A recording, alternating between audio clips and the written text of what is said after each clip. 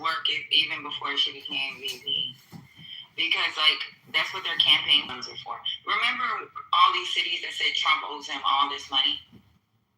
Remember that? Talking about, are you going back to Kamala Harris? Social Security. Yeah, Patty, I got a question though about how maybe this. Wait a minute, Ned. I just need to verify. Are you talking about 2019 when she was running for president? No, because this is during, my mom has on a mask in the picture, so it has to be 2020. No, it's 2020. Yeah, it's during 2020. Okay, so yeah, 2020, 2019. Okay, got it. What? Huh? Their campaign funds pays for this shit. She was the vice presidential nominee. Yo, why y'all wasting your time? Niggas hungover. You don't know what the fuck he's talking about. Okay. Vice president, if he should win, then she was going around. Okay, I got it. Thanks. So Patty, I have a question. I'm trying to understand this, right? So the guy runs in, right? He runs past all these agents, right?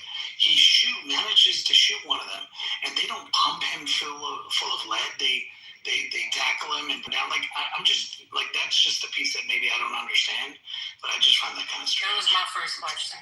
You know, why is he alive, and why didn't they just pump him full? I can get it. Look, the way I rationalize it is, maybe somebody tackled him and they just said, okay, we neutralized him or whatever, but I don't know. I mean, the minute you shoot off, you just decimate this guy at 100 bullets right there. I mean, I'm just being honest, right? So, I don't know. Maybe I don't understand it. Maybe, Ben, you know, I don't know. They should have had Border Patrol in there. They'd have took him out. Look, let me... that Americans collectively, and this is not very different than most Americans, I believe that the way we treat our politicians as if they're everyday, ordinary people who just happen to be in these jobs. And then when these kinds of things happen, people are surprised at the level of access and how easy it is to reach security protocols or lack thereof. So whenever I see a congressman or a senator in an airport sitting in the regular Delta lounge, it shocks me. I'm surprised these people haven't been. It's amazing these people have not been jacked up. But when I say things like on here and in real life, I think they should make more money. I think they should all have security details. And I think it should be more than just the people. Oh, well, they're just regular people. They're actually not just regular people. If they were regular people, my tax bill wouldn't be what it is. I think it's from me every motherfucking April. So they're not just regular people. A regular people doesn't call you back after you buy the whole 3 drinks. That's a regular person. Okay? You see Lindsey, people will you can find videos of Lindsey Graham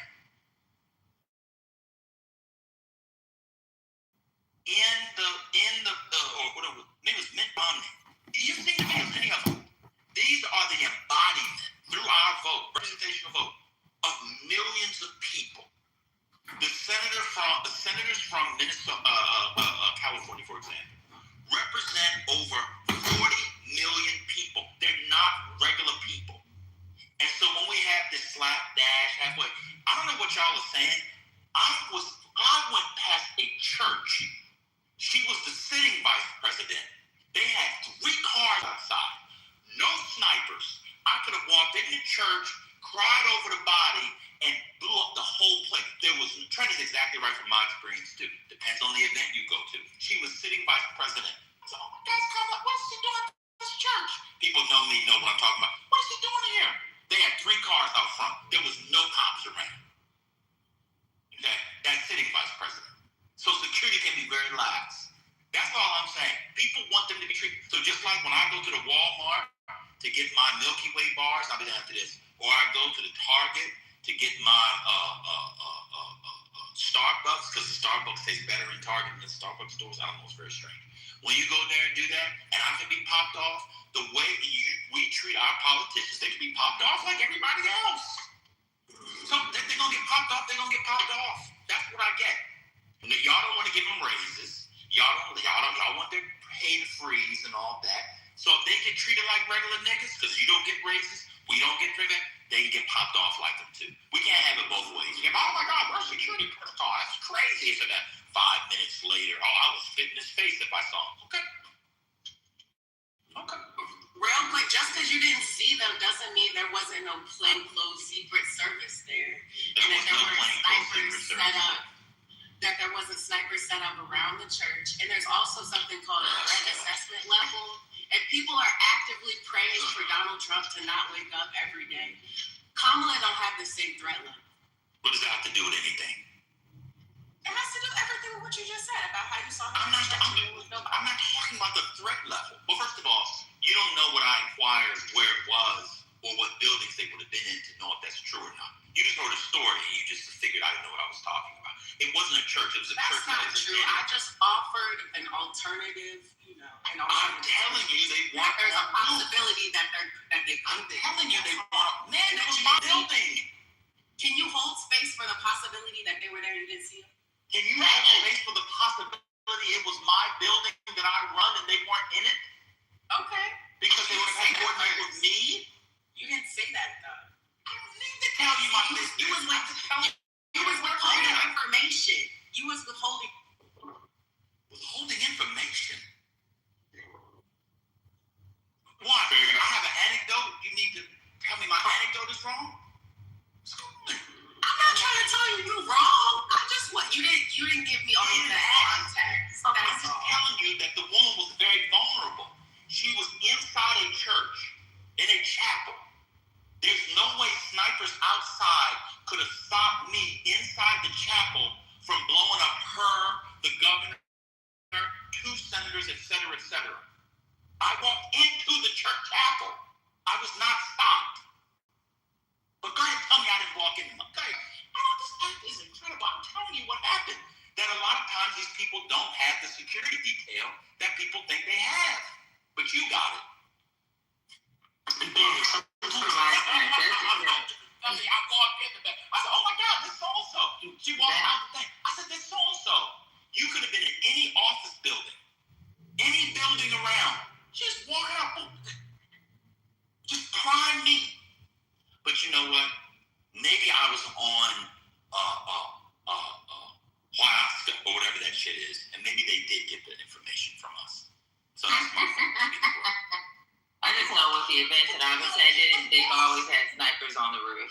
They'll have snipers on the roof. Even before they go into the event, they have to fucking inspect the building weeks before that. So like, I know there's a whole lot of planning that goes along with that. One of my homegirls that got out of the military, she works in Secret Service, and there's a lot of. She used to be a strategic planner with us, and there's a lot of planning that they do even before they go to a building. The people that'll be there before he even comes, they have to do background checks on. But I don't know what's going on in some of these areas that y'all been to, but I know that's their whole thing. They have to check those buildings, know all the exits and entries. I know that every event I've been to, I've seen snipers on the roof. I know, like, even when she's leaving or even coming, there's no entry and exits. They usually set up, I've always seen them have set up, as soon as you come in the building, metal detectors, and they have the police there to check your bags and stuff. So I don't know what happened. It stuns me the level of competence that you all attribute to American institutions. Let me give you another example. I was on a college campus. It was during the 2024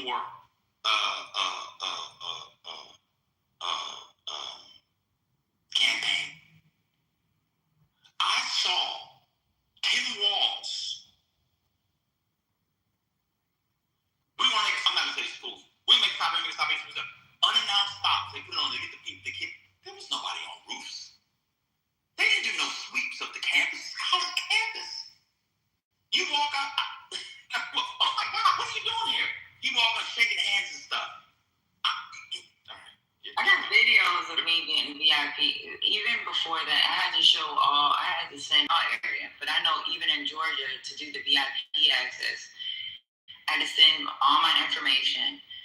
When I got there, they checked because we got there early, and it still was a fucking line for the VIP access. And I got a video of it, and it shows me going through VIP access. They gave us special credentials so we can sit in certain areas, and they had to check our fucking IDs when we came in. So and that was before even knowing that I was getting ready to go, that before they did their background check and all that other shit. So I don't know. Eddie, I think it depends on the venue. I think it depends on the venue because the venue has to work. They have to cooperate with you when you do it there. They're security wise, and some venues may say, "Hey, this is pretty secure." Or, the Secret Service may make the decision saying, "Okay, we don't need a lot of force here because there's only one exit, and there's only one entrance, and the probabilities are." They may be making those decisions. I'm just kind of spitballing here, but that could be why bands' experience may be different than what yours No, is. that's not why. So I sent Patty and First Lady the video. There is context. This was October of 2020, so it's the pandemic. So the event was outdoors as opposed to being inside of University of Texas Rio Grande Valley UTRGV. That's where it was held. So it was held outside, not inside. But in the video, you can see, and Patty and First Lady can see it themselves. There's trucks. Those trucks have not been checked. There's Confederate flags. There's Trump flags. Anything could be in those trucks. And then across those railroad tracks, right on the other side of that fence, that's where I had walked outside the event to go to show how close it was. Right behind that white truck, Patty, that's where Kamala was standing. That's like 150 yards. It's not well within range, I'll see. But to Van's point, I have been to Beto O'Rourke's thing, walk right in. I've been in his too. His is different. Yeah, no. He be doing something different. Yeah, But he does have something different. Nobody patted me down. I just went to Talarico's thing, walked right in. Nobody patted me down. Now, granted, I would not say they were in danger like in Kamala. Kamala in Texas was absolutely in danger. So I agree with Ben. I've been shocked at some of the. I guess that's a portion that we don't necessarily need to know. Other than the fact that their safety is on the line. So, anything else? Conversation? Yeah, I have one more offering. What comes to mind when I hear y'all say, like, oh, she was in danger, there was nobody around? It's like when she was in the grocery store and people were like, oh my gosh, she's just in the grocery store, like anybody could come up. There was like 15 plainclothes Secret Service in the grocery store with her. So again, just because you don't see it, don't mean it. Oh my God, we know that. Those are oh my God, this is insane. First of all, I don't know if you know this. I was not talking to just you, sir. I know, and I'm not responding to just you. Okay. We know that they have plainclothes Secret Service in those kinds of events. I'm not talking about that. I'm telling you, in the second instance, I saw Tim Walz on a college campus. He was getting Secret Service protection because they get it leading up to the campaign. He'd been nominated. Students with book bags that had not been checked, they didn't submit anything, were going up to Tim Walz. Any of those students could have had a gun in their bag and he would have been popped off. Doesn't matter. First of all, and by the way, every building can't be stood on. Just so people know this. You can't stand on every building. I don't want to get into that. But there are certain historical buildings and chapels and temples and stuff that you can't stand on for lots of reasons, but that's a different discussion. Anyway, up to them, the selfie sticks, and the whole thing. The Secret Service was around. I'm not saying they weren't there. I saw him thronged by scores of students. Yeah, thronged. Pop, pop, pop. He could have been popped, and nobody could have did anything. That's a lot different than going to get your favorite fried chicken or a bowl of chili from Ben's in D.C. That's a lot different when Obama went to Ben's. But hey, maybe all the students were fake students. They were also Secret Service. I'm screaming. Was this before or after Charlie Kirk, just out of curiosity? Because I feel like college campuses are probably not going to be as lax in the future because of that actual assassination. What? What do you mean? Was it? I said it was in the 2024 election. Okay, I didn't hear that part. Well, why else would people be thronging Tim Walz? Unless it was a lesbian convention. Huh? I'm screaming. Okay, so this was before big assassination happened on a college campus. So, you know, it kind of checks out that it would be lax. Typically in this country, something has to get ruined. Something has to get ruined by somebody else in order for them to take extra precautions like the next time in the future. So. It's still lax. There's no way you can do the kind of things on college campuses and it not be lax when the quote principles are. It's still lax. Senators come through, governors go through, etc. It's very lax. I know y'all think that be complicated. So I was on a campus during the Abigail Spanberger run when Obama came to ODU. I went to that, and I may be biased. I put it in the chat. I've been to a lot of events for multiple different levels of dignitaries and principals, but I feel like whenever it's known that Obama is going to be there, it's a heightened level of security. I don't know why. I don't know if it has to do with the threat level, but it just seems like there's way more preparation in advance, and like the way his detail moves through or whatever, it just always seems like it's way more intense than any of the others that I've been in over like the past 15 years. Does anybody else have that type of comparison? Like whether it's a church, whether it's a rally, whether it's him speaking at a college campus, it just seems like it just seems like there's way more red tape, way more security involved.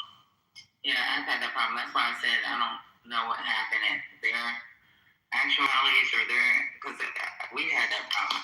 I went to the brunch, the Kamala brunch. It was a lot of fucking red tape behind that. Like they even had to contact my command team. I went to 4 rallies. One of them was lost. It was red tape behind that, and then it was also because of the seating and the time and then there was a window of time that I had to be there, or I would have lost my seat. So I don't know what happened with any of these other rallies, but yeah, that's my experience. But I have a question. I mean, but when you have a rally, and especially when you have like thousands of people there, that's more difficult. You cannot control that crowd the way you think you can. And you're only as safe as you possibly can be. I went to a rally when he first ran for president. It wasn't that difficult for me to get in. And this is after they did that heightened security rest for him. I'm quite sure that there were a few more people that were protecting him up on that stage. But in terms of the crowd control, I don't think you can control it. And I don't care how crack the team is. You can never control it 100%. You have to give the sense of security to the crowd, to the public, that everything's in control. And you have to do the best you can, but 100% is never going to be 100%. I mean, I got feelings. But that doesn't mean that what we've been seeing is not lack of security and motherfucking on security details fucking up. Yeah, I mean, I think here's the thing. Out of all these years, out of last night, you have to ask the question: how the fuck did he get in? How did he get in? How did he get through? And this is the question. He had a room at the hotel. No, he was already there. He had a room at the hotel. Okay, he was already there. So that means that you couldn't control the people that had rooms there that paid to be there. They possibly could have. They probably did have background. We don't know, honestly. If they're having the president there, Bottom line, they're fucking up. Right, like we don't know if the people that stayed in the hotel during that day, if they had to get pre-approval to stay during that day. And even if they did a background check, even like listening to what they said about him in the past, he wouldn't look like a danger. They did do a backpack on all of the people in the hotel, and he definitely want to come off. You mean even the guests? I mean, they had nothing to do with the event. So I don't know about what they do in DC. So now we're going into conspiracy theory. I'm just saying from my experience, and then she was saying that they did do a background check. I don't know why they would have people in a hotel knowing that this was going to happen. They would have probably bought out the hotel, to be honest. They probably swept the guest list. That's what she just said. Yeah. Kiana just Yeah, said they probably had dogs. Yeah, they probably had dogs. Oh, they probably had dogs outside when you got there. Now that's speculation. I hear nothing about a dog. What is your problem with security expert? Wait a minute. Can I just stick to one A whole point? bunch of fake security experts on this stage talking about what they know happened and what they know didn't happen. I don't understand some of y'all. So, if they know the event is going to be there, anybody that falls out and tries to do reservations during that period of time, I assume you're saying that they did a background check on them before they could actually book the room? Because I don't understand, in regards to why you would let people, make reservations during that period of time that you know that he's going to be there. You know what I He mean? said he had a ticket as well, right? Oh, I don't know. Because if he had a ticket, then he The would one have that I just played, the video that I just played earlier said that he was supposed to be in attendance. But that meant he had a That background check. makes sense that they would have done a background check on him because he was a ticketed attendee, and whatever background check they ran didn't give them any cause to consider him a risk for anything. But I don't know what kind of background check they ran, but usually when people are attending ticketed events at which a president or VP will speak, some kind of background check is done. Yeah, and it's not a bullshit background check. They go through Deoxy. Even with mine, when they were doing the background check, my J told me that they were doing the background check because what happens is they can see it all in Deoxy. So because I worked in a certain position, there was one of my homegirls come and say, "Hey, you know they do a background check on you. I don't know what's going on. Did you get a ticket or something?" And I said, "No, I'm going to come listen." So I know what our background checks look like when it goes through her, and for her to be able to see it, obviously, because they get alerts. Our team if you work in a certain position, if something's coming up where they're doing a check on me, somebody will let me know, hey, there's a check being done. What's going on? Like, did you get a ticket? Did you do this? No. I think it's Kamala Harris. So, yeah, they do background checks. And DIC is not just some fucking check your fucking ticket type thing. They go through the FBI files. They freaking CIA files. They look up who your parents are. They do a background check on your parents. So it's a whole thing. And that was just for brunch and a goddamn seat in a certain area. Yeah, they had a Democrat representative on Day Bash this morning, and he was saying that they do background checks on basically everybody staying at the hotel. They look for the red flag laws or whatever that they passed legislation, and he didn't come up because he had a clean record. Oh my God, I'm stunned. America elected Donald Trump as president. Iran has an embassy in Mexico in which when they send shipments, fewer than 5% of the stuff gets checked. Okay? You have the Secretary of Defense in Pete Hegseth, and your FBI director is Kashat Patel. Okay. We have all kinds of cyber attacks, logistical failures, etc., etc. And intelligent people honestly believe that they did a background check on 1,000 people plus for the White House Correspondents' Dinner. If they did, they did not. If they did, we need to find the people who were kicked out of the hotel. Because it's that was in that hotel passed the background check. Okay. But Where are the people that didn't make did they lose their rooms? What happens if you don't pass the background check? So I don't think they just give you a room until you pass that background.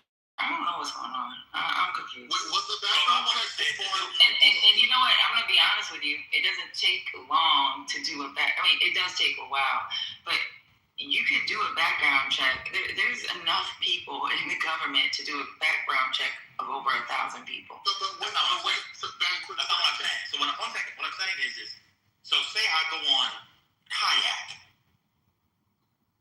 right? You get it? It's a massive hotel. I book it a month in advance, 2 months in advance. Where are the people that failed the background check subsequent to booking it in the event? Well, they would have it where if you did it like that, they would just say you have to contact the hotel for this particular period of time. They probably wouldn't be able to. I'm trying to tell you. If I had blackout dates. Okay, got it.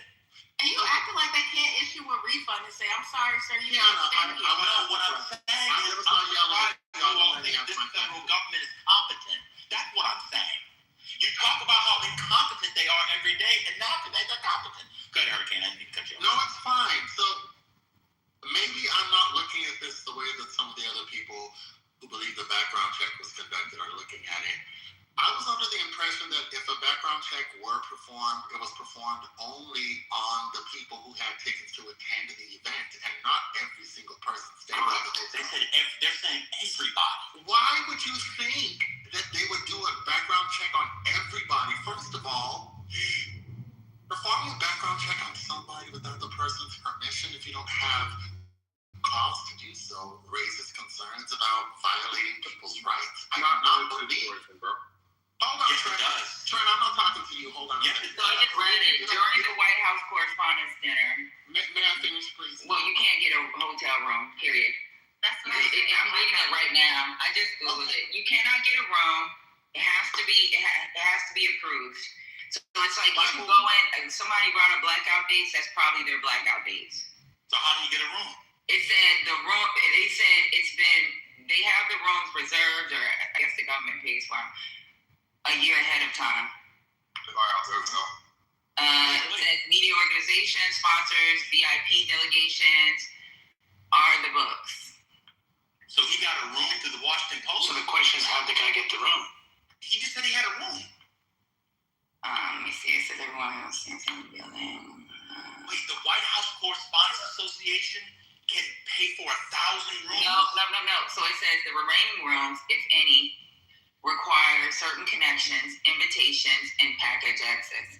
So obviously they do a background check. Wait, So I know. let me say We can find it with the net. Call the hotel and find out how to get a room during the White House Correspondents' Dinner. But it's actually saying online you cannot get a room during this. It says a required connection, invitation, a certain package access.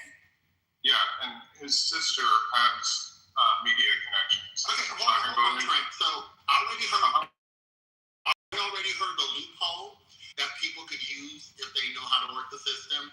Need to have a connection. So just about anybody who has a connection that suffices for getting a room at the White House could get one.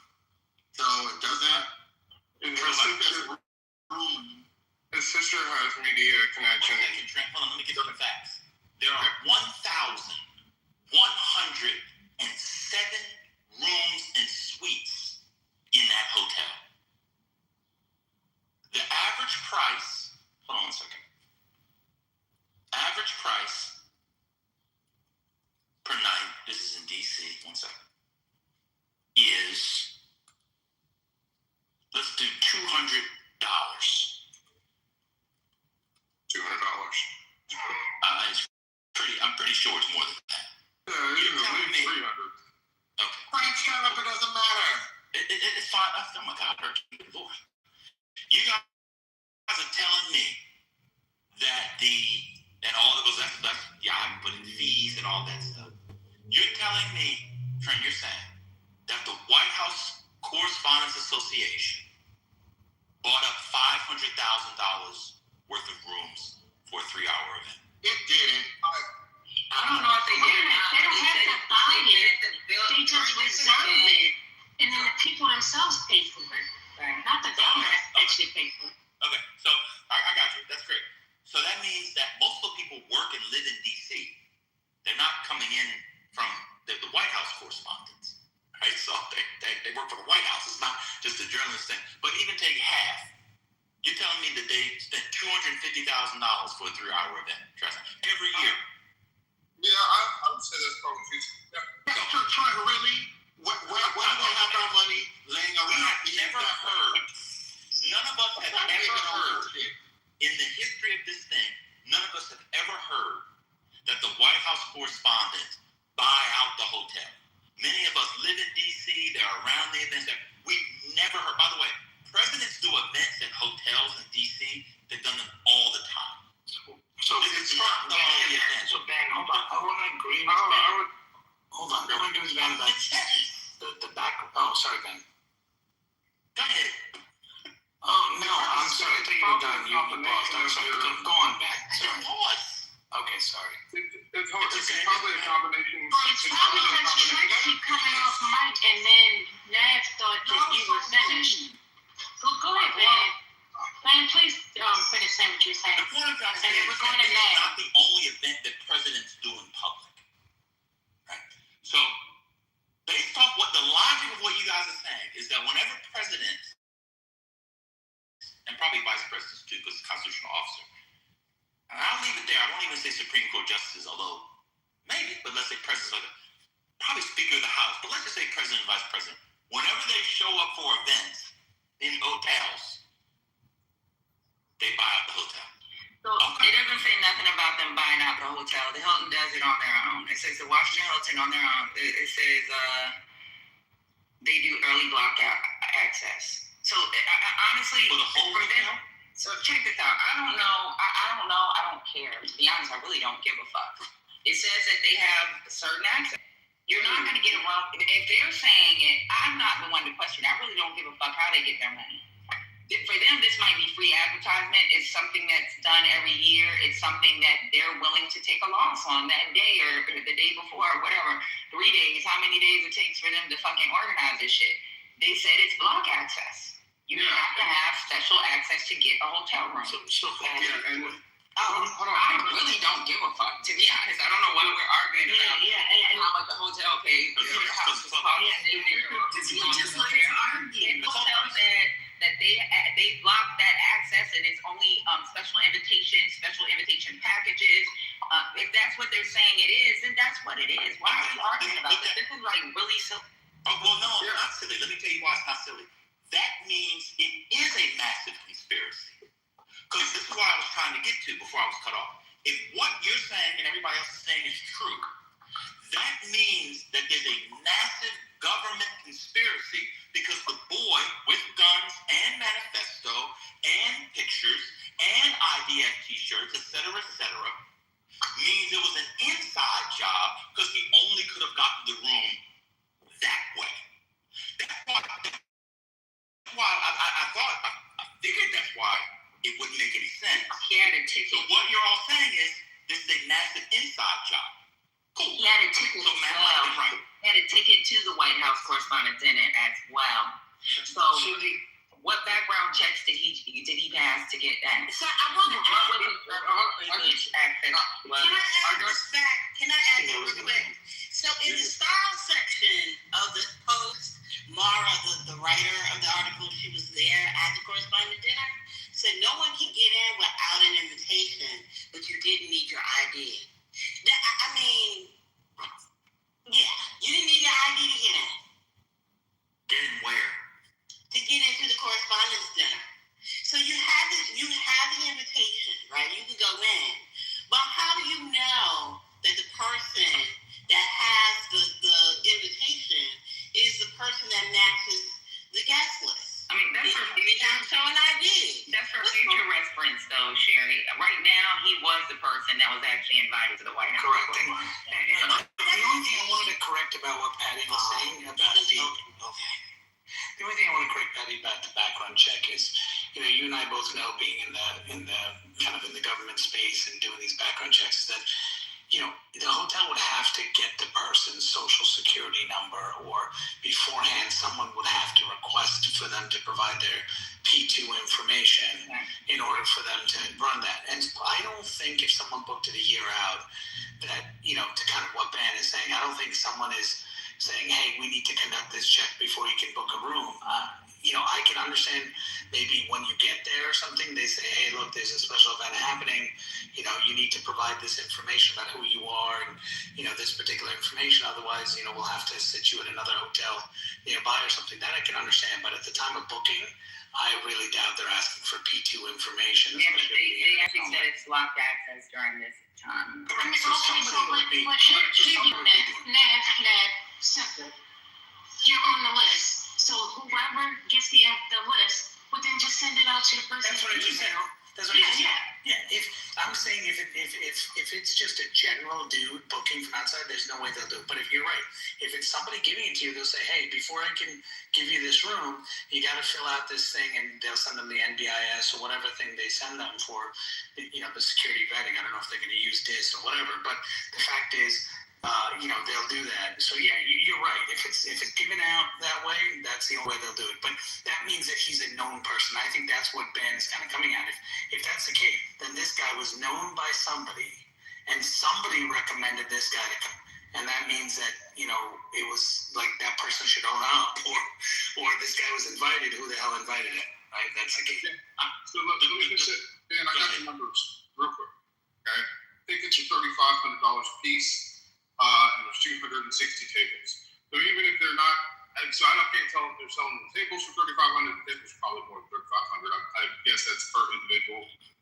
But that's $910,000 if we're just talking about tables and tickets. So I think that, you know, and plus you're going to have, like somebody already said, Turner, Fox, they all put in for this. So yeah, it would make things really. Yeah, I'm reading the Associated Press. Quote, access to the hotel was restricted to hotel guests. So everybody in the hotel was not involved with the dinner. You could have had a room and not been part of the White House Correspondents' Dinner. It's literally in the Associated Press article. That's what I've been trying to say. They did not reserve or block out the whole entire hotel for a 3-hour event. Anybody that knows been in D.C., they've had it there for 50 plus years. Guess what? You can go to the bar. The guests that were there didn't go through a background check for if they were going to be there during that time period. I understand that, which goes back to my original point. What were they told? Okay, so here's the thing. If it's a minimal background investigation, right, then what they will be checking for is for high flag, red, you know, the top flags. A person can't pass, you know, criminal background. He may never had a criminal background. The man is He a can teacher. I'm not talking about the shooter. Oh, sorry. Right, you just talking about all the other people. I'm saying it's a bunch of people in D.C. who get hotels who are felons, who might have something on social media. It's anti-Trump. I'm saying that if they background checked it, thousands of people, or say 1,000 people, statistically, somebody would have been red flag. I've never heard of those people. They got a refund and had to stay someplace else. I understand that. I'm asking, where are they? Saying that they never complained, nobody's ever talked about it. That's what I'm saying. We've never seen that, which makes me believe they don't background check all the guests the way everybody thinks that they do. Because I believe the federal government is incompetent, and it's run by incompetent people. The fact that you all think they're competent and do the things that is news to me, based on how y'all talk about the federal government every day. That's all I'm saying. It's hard for me to believe that a background check was performed at on every hotel occupant. Of course it wasn't. There's just no way. If a hotel occupant was not attending the event, there's no grounds for performing the kind of background check that you guys believe was performed on them. I'm so sorry. Third thing, it said blocked access on those days. Whether you're going to, it doesn't say that you have to be, it said you can be a special guest. You have to have, it said blocked access, period. I don't know what more y'all Block want to access hear. to the I don't event. know what more y'all want to hear. Yeah, but Now, if you're saying that somebody would lackadaisical on fucking doing the background check for the guests that were there that may not be attending, I get it. But to say that they don't have blocked access, it actually says they block the access during the day. block access to the event is not the same It's thing not as the block event. I wasn't talking about the event. I was talking about booking rooms. If you paid attention to what I said, it said during the event, hotel rooms to get a hotel room, they have blocked access. When does the blocked access? I don't know. I don't care. Okay, hold on. Actually, we're Thank talking you. about 4 hours, 5 hours. You can't just stay in a hotel. I don't give a fuck. I don't know why. To be honest with you, I do agree with the point that there's a possibility that somebody might have been lackadaisical with the goddamn that's a possibility, because there's been fucking investigations on fucking third-party contractors that have been doing fucking the background checks for people that do need these background checks. Well, we There's didn't been need to back investigations up. with third party. Wait, hold No, on. no, we didn't need to back up. Let me give you some breaking news. What's the argument? What's the argument? Well, I think you want to hear the Hold breaking on, news. wait, let me respond to her. So Go ahead. here's where I'm not. Here's what I'm not buying. You guys seem to be arguing that the hotel said from X date to X date, we're not letting people stay here unless they can show us that they're attending this event. And No, he didn't say that. I didn't say that at all. All I said was they have blocked access to the What does hotel. that mean? What does blocked access mean? Tell me. You cannot get a room during that day. We're moving on. Go ahead, Chat. When Let me tell you why. Let me tell you why. This ain't the waiting room. I don't know. You don't know. We don't know. Talk about move on. I'm asking questions trying to understand what Patty's saying. Well, let me just tell you real quick why it doesn't matter. Let me tell you why it doesn't matter. His written manifesto. Okay, thank you. His written manifesto, Trump administration officials, his social media was filled with Trump and anti-Christian rhetoric. His own brother contacted police in Connecticut after Allen sent the manifesto to family members prior to the attack occurring. It's just all over the place. Background check. He regularly, let me just finish, it's almost done. He regularly trained at a shooting range and was a member of a group called the Wide Awakes. He had a history of radical statements, constantly talking about doing something to fix the world's problems. He purchased 2 handguns and a shotgun, cap tactical firearms to keep them at home and family, and their parents had no idea the weapons were there. He attended the No King protest in California. Thank you very much. And that's the only thing I said I agree with you on is the lackadaisical. Because we've had investigations on third-party contractors when it came to background investigations. Because what'll happen is somebody will fucking get a fucking ticket, and what they have to do is a memorandum, and they whatever third party we have at the time will fucking do a quick check, and then something pops up within the last 7 years, and then they'll be like, hey, what happened? Why was this not caught? Yeah, So I can see where there could be somebody did not do their fucking job when it came to the background check. But outside of that, if the fucking hotel says they block it, what's the problem? Patty, his brother called the police. I got you, and I said I agree with you on the background check. I agree with you on that. Somebody approved him to stay in the goddamn hotel. So the BBC reports that, quote, there were guests at the Washington Hilton who were not attending the White House Correspondents' Dinner. The hotel remained open to the public. No blocked access for those There was homes. no block. Yeah. So they can rent a room. It just says they can rent a room, even though the hotel says they block access for. They block access, it says here, to the ballroom and where the dignitaries would be. But if you were there for your son's the T-ball tournament and you booked it a year out, you just went to your hotel. Well, from what I and they actually said they have hotel room. They have blocked access to getting a room, and you have to do it a year, anywhere from 6 months to a year out. So what if people reserve their rooms a year and a half? I don't think you can do that. You can't usually block that far in advance. No, not that far.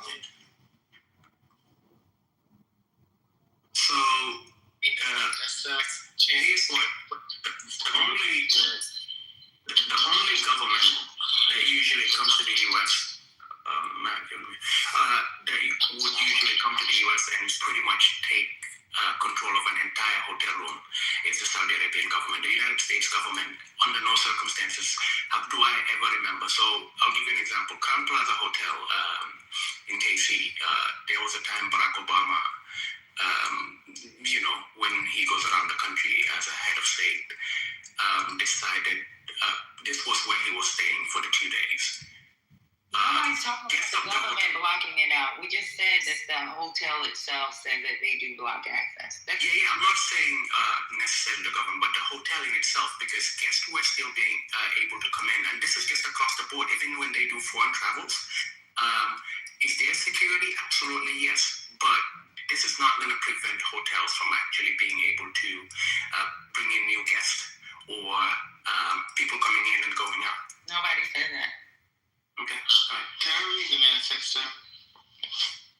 Go ahead. The fake manifesto?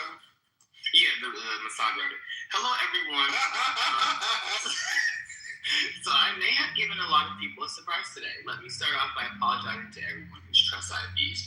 I apologize to my parents for saying I had an interview without specifying it was for, quote, most wanted. I apologize to my colleagues and students for saying I had a personal emergency. By the time anyone reads this, I probably, most certainly do need to go to the ER, but can hardly call that a self-inflicted status. I apologize to all of the people I traveled next to, all the workers who handled my luggage, and all of the other non-targeted people at the hotel who I put in danger by simply being near. I apologize to everyone who was abused and or murdered before this, to all those who suffered before I was able to attempt this, to all those who may still suffer after, regardless of my success or failure. I don't expect forgiveness, but if I could have seen any other way to get this close, I would have taken it. Again, my sincere apologies. On to why I did any of this. I'm a citizen of the United States of America. What my representatives do reflects me. And I am no longer willing to permit a pedophile, rapist, and traitor to coat my hands with his crimes. Well, to be completely honest, I was no longer willing to a long time ago, but this is the first real opportunity I've had to do something about it. While I'm discussing this, I'll also go over my expected rules of engagement, probably in a terrible format, but I'm not military, so too bad. Administration officials, not including Mr. Patel, they are the targets, prioritized from highest ranking to lowest. Secret Service, they are targets only if necessary and to be incapacitated non-lethally if possible, aka if they're wearing body armor, because center mass with gunshot messes up people who, quote, aren't. Hotel security, not targets if at all possible, aka unless they shoot at me. Capitol Police, same as hotel security. National Guard, same as hotel security. Hotel employees, not targets at all. Guests, not targets at all. In order to minimize casualties, I will also be using buckshot rather than slugs, less penetration through walls. I would still go through everyone here to get to the targets if it were absolutely necessary, on the basis that the most people, quote, chose to attend a speech by a pedophile, rapist, and traitor, and are thus complicit, but I really hope it doesn't come to that. So that's his manifesto. So he was after the Trump administration officials and not any of the other people at the event. Interesting. Okay. Besides all over this. Did he say except Mr. Patel? Yeah, he wasn't after Mr. Patel. Probably What the hell? They're probably drinking. You have to understand. They probably go to Israel every month. Patel's girlfriend on their private plane, and they drink. So he's probably friends with them. Anyway, let's go. Oh, I heard Mr. Wait a minute. That didn't sound like a teacher was it?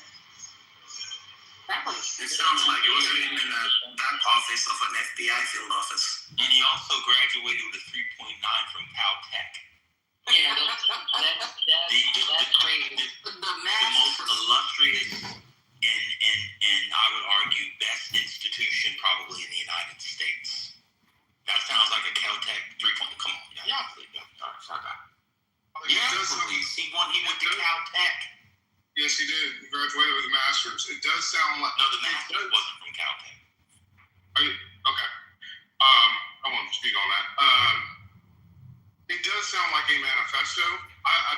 just haven't seen it. Do you have a history of reading manifestos? What the fuck? Yeah, I do. There's some. He said I do.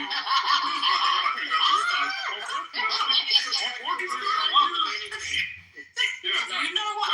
All things Trent said, him reading a lot of manifestos, I do believe it's true. Well, yeah, 1,000%. I read Sandy Hook in El Paso, unfortunately, to see what was behind these people. They are very detailed about the guns they use, their plan. It's part of the psychology behind it. And you thought what you just heard was that convincing? Was similar to what you saw from Sandy Hook? There was a couple of things about the Secret Service. I mean, it was just a really weird statement about center mass, because that's actually where, I don't know, I guess somebody was shot. Where did you see this, Matt? I'm just asking, Matt, where did you see this? Because I haven't seen it. But I mean, Trent, the main things that people center mass is a concern that stood out to you. Not you asking for receipts. What's going on, Trent? Hello? I haven't seen. I've seen a lot of Trent, go look for it since you haven't seen it. You're obviously behind the ball. Then go look for it. Go look. And report back once you found it. Well, you know what? The thing that's really weird is him being able to get access to that hotel. And that's why I do have a lot of problems with our third-party contractors that do these background checks. I don't even know if they're actually reaching out to, sometimes you feel like they didn't reach out to the CIA, because we've had issues before, not recently. I think we've been working, I don't know. But I know like 3 years ago, we had an issue with an individual soldier, and something came back, and he had a Yankee White clearance. So that means he can be next to the president. But the people that do these background checks, there has to be something like, I don't know, they have to be held responsible. Now, that's one thing I will 100% agree with you. If the hotel says it's blocked, it's blocked. But who they let into that hotel, even if they were, say for example, they had some type of special invitation that they're able to get a room just to be in proximity.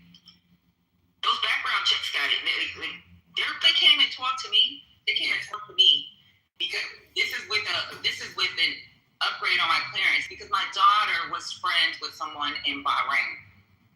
Yeah, and you're in continuous vetting. That's why, because you're in continuous vetting, so they do that. They'll ping you all the time on it, and it's something, Patty, that it is interesting which agency is also doing this vetting. Because if it's DoD, then DCSA is giving a lot of these contracts over to CACI and other agencies, which is another problem, because CACI also does other contracts, and so they're doing their own people investigations, which is also kind of dicey. But yeah, I mean, so that's been a problem that I've had for a long time, is why is another contractor doing these DCSA contracts?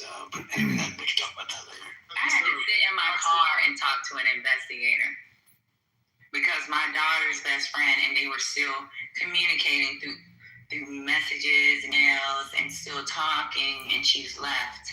This was my last chat. They talked to me about, like, how do I know the family? What is my daughter's association? I was like, what the fuck does her family do? Her family doesn't do nothing. It's just they have investments in China. They have investments here. They have investments there. Like, from my understanding, just being invested in a business in China, having partial ownership, can ding you for fucking losing your clearance. Yep, and you have to report that. Apparently, you have to. I mean, it's pretty bad. I mean, some of these. If you go in debt, right? I had one guy on my team who went into debt. He took out a loan for I think $100,000 or something, and immediately I got a ding, and it says you must provide supplemental information. He provided it, and then they stripped his clearance. I had to remove him from the contract, and then suddenly, 6 months later, he's back on because they had a conversation and figured out that he wasn't compromised. Their feeling is that China and other nations will compromise you based upon money or whatever, and so you'll turn on the United States. All that makes the same thing now. Y'all are acting like every back. No, they're not all the same. They're not. Okay, they're not exactly. Yeah, Anything from secret on up, even with secret. TS will go 10 years. No, TS is 5. 7 years. Patty, But team regardless TS is of the 5. fact, even if you pass for a secret, more than likely you're going to get a TS. Yeah, but So the background check that they performed for this event yesterday, those were not the same. Are you saying that those are the same background checks they performed to get people top? Well, that's what I'm asking. I don't think they did it They're definitely. not top secret. You can pass the secret, you more than likely can pass the top secret. Yeah, but no, but Patty, what he's saying is valid. Typically, they do what's called a T1, which is called a trustworthiness check. Okay, I don't care what the acronym is. Y'all be throwing out acronyms like people give a fuck. We don't give a fuck. The bottom Well, line if you is, asking the questions, don't ask the question if you don't give a fuck.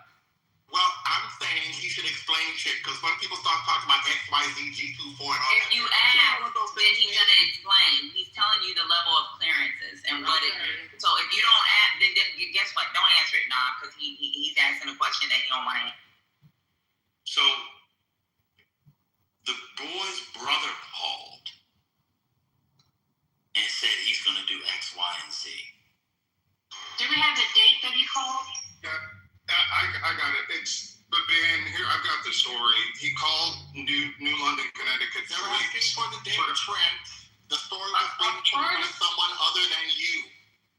Okay, but he called the same day. Man was telling the story. Give the date and then shut up so the band can continue. I don't know it. That's what I'm asking. What's going on?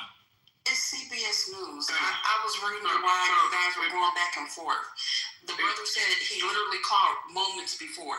So as the guy decided to dart downstairs, he literally sent the manifesto to people. Like literally right before. Oh, okay.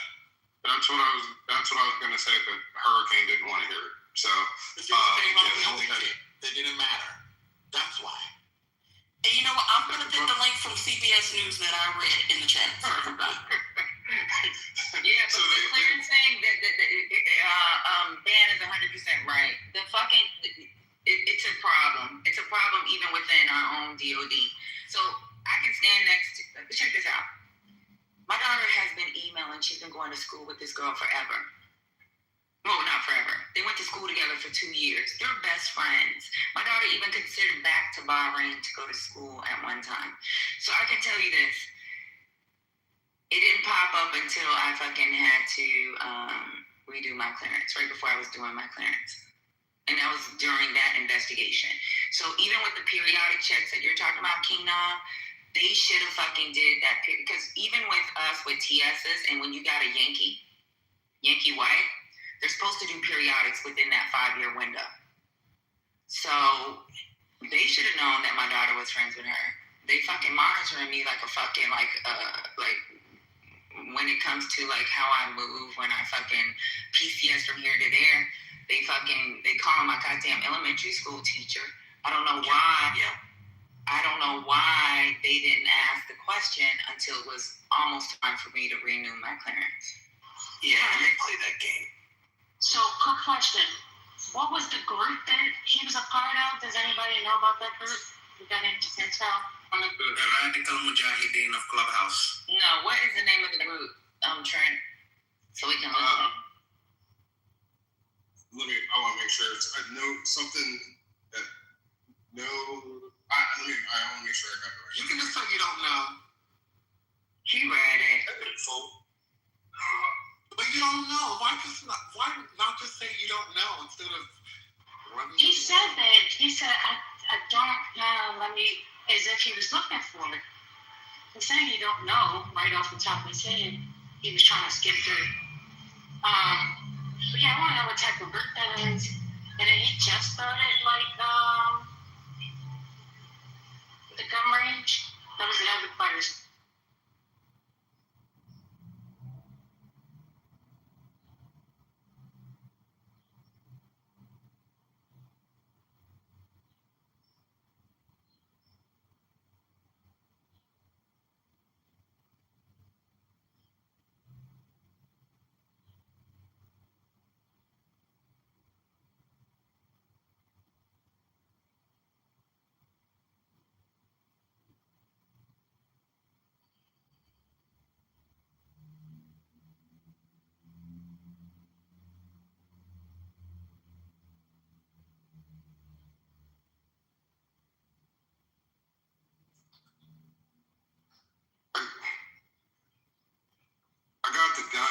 were purchased.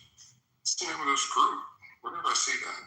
The Matt said something about awake. Okay. The wide awake. Wide Awake. Okay. Yeah. And then the guns. It's a left leaning. They just said a left leaning group.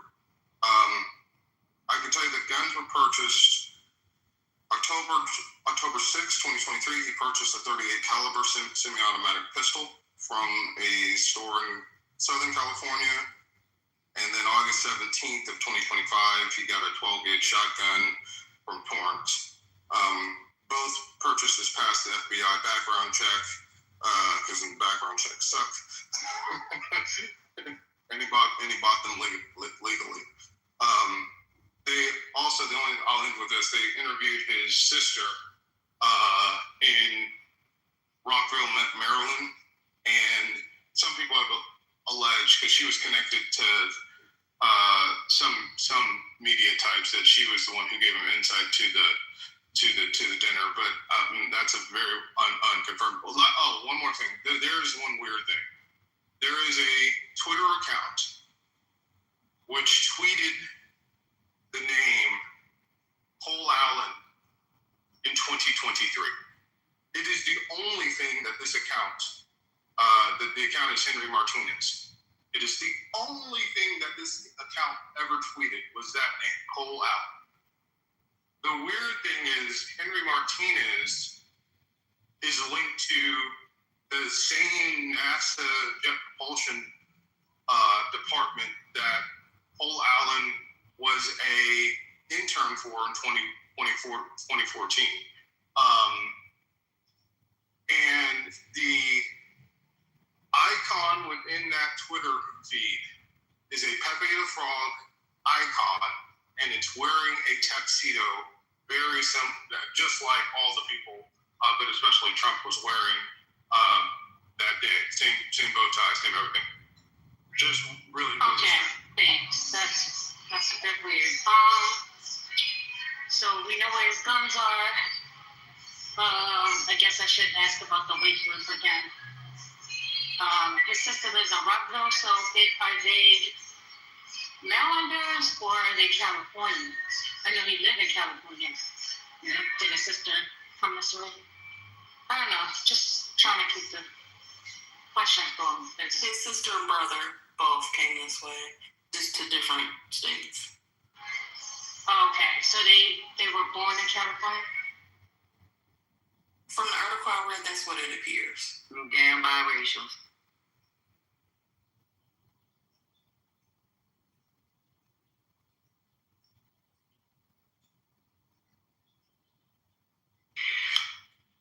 Child. It is kind of weird that they didn't kill him, though. That's what I'm saying. I mean, the minute you take a shot at one of these guys, they would have I feel they should have pumped him full of lead. Unless, I mean, the only thing I can think of... And it would have been justified, King-Matt.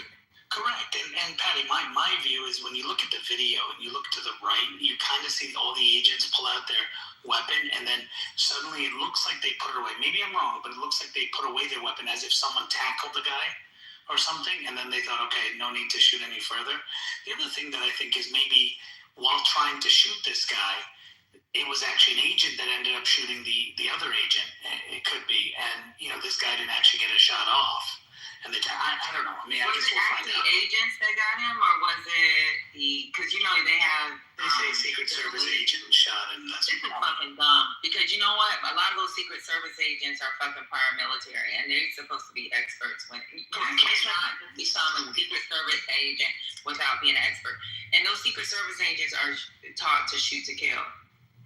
Well, that's what I'm saying is, you know, if this guy got a shot off on one of those agents, I mean, he would have been pumped full of lead, probably at least 5-6 bullets at a minimum, right? And so, you know, what the hell happened? So I'm trying to understand that, and I hope that comes up. I don't know. Did you say? How many people were in that room at the time? Because if the guests are there, aren't you? I mean, I'm just asking a question because I'm not a gun expert, but don't you risk the chance of not only killing the person that the target, but also the other people in the room? Sure. from the looks of the camera, it was only the agent standing around.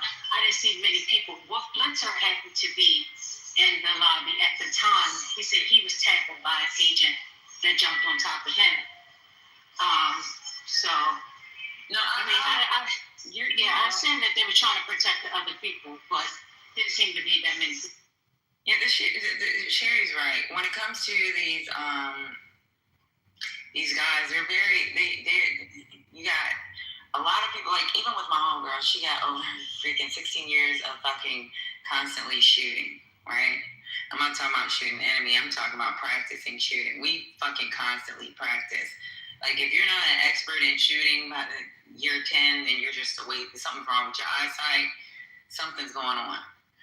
So if you're a Secret Service agent, they have more discipline than just regular law enforcement. They should have more discipline at least. So you're right. It's maybe they took into consideration I don't know, but they are taught to shoot to kill. Like, if somebody pops off a fucking gunshot, then they're supposed to shoot center mass. We're taught center mass. If BWA was here, he'll tell you, like, we're not taught to shoot you in the arm. We're taught to shoot center mass. Every fucking range that you go to is center mass, whether you're using a 9mm, M16, M4, with a 203, a goddamn saw, any weapon you use, we are taught to shoot center mass. We're not taught nothing less. And Secret Service agents, a lot of them are taught the same. Not a lot of them. That is their job, is to shoot center mass, especially in that type of situation. But maybe, I don't know. Maybe I don't know what happened. No, I got a question. You said there is reporting, or it was said that a Secret Service agent shot the other Secret Service agent. That's what happened? No. I was just speculating. I was saying, I was trying to understand how did this happen? Like, because if this guy shot at an agent, the agents would have, that's what Patty's saying too, the agents would have unloaded on the guy and he would have been filled with lead. So I said, maybe, I was just, theorizing, maybe they tackled him or something, or maybe trying to shoot the guy pulled out his gun and then some, wouldn't do it or whatever, and somebody ended up shooting and, accidentally hit the other. I don't know. I'm just figuring out, like, how the hell does this guy shoot someone and not get loaded up with, and die, basically, right? When they were speculating on CNN last night, they said that a reason for him not getting shot immediately was because he might have bombs or AEDs, and that's why he was photographed naked, because they gotta, like, strip you of your clothes to make sure you're not wearing a bomb. So that could be why they didn't immediately fill him with lead. But they also reported that the shooter was dead like 5 minutes after it happened. So niggas was speculating and didn't know what was going on, period. Yeah, since I think that was the first part that Yeah, I'm looking at the video. That boy looked like Reggie Bush from around that corner. And by the time they could react, I think that other agents, I think you're right, Patty. I think there's a possibility that it was other agents that shot the agent. I don't even know if he got a shot off. That's what I was thinking. Yeah, well, that boy was flying. Trent, since we're speculating,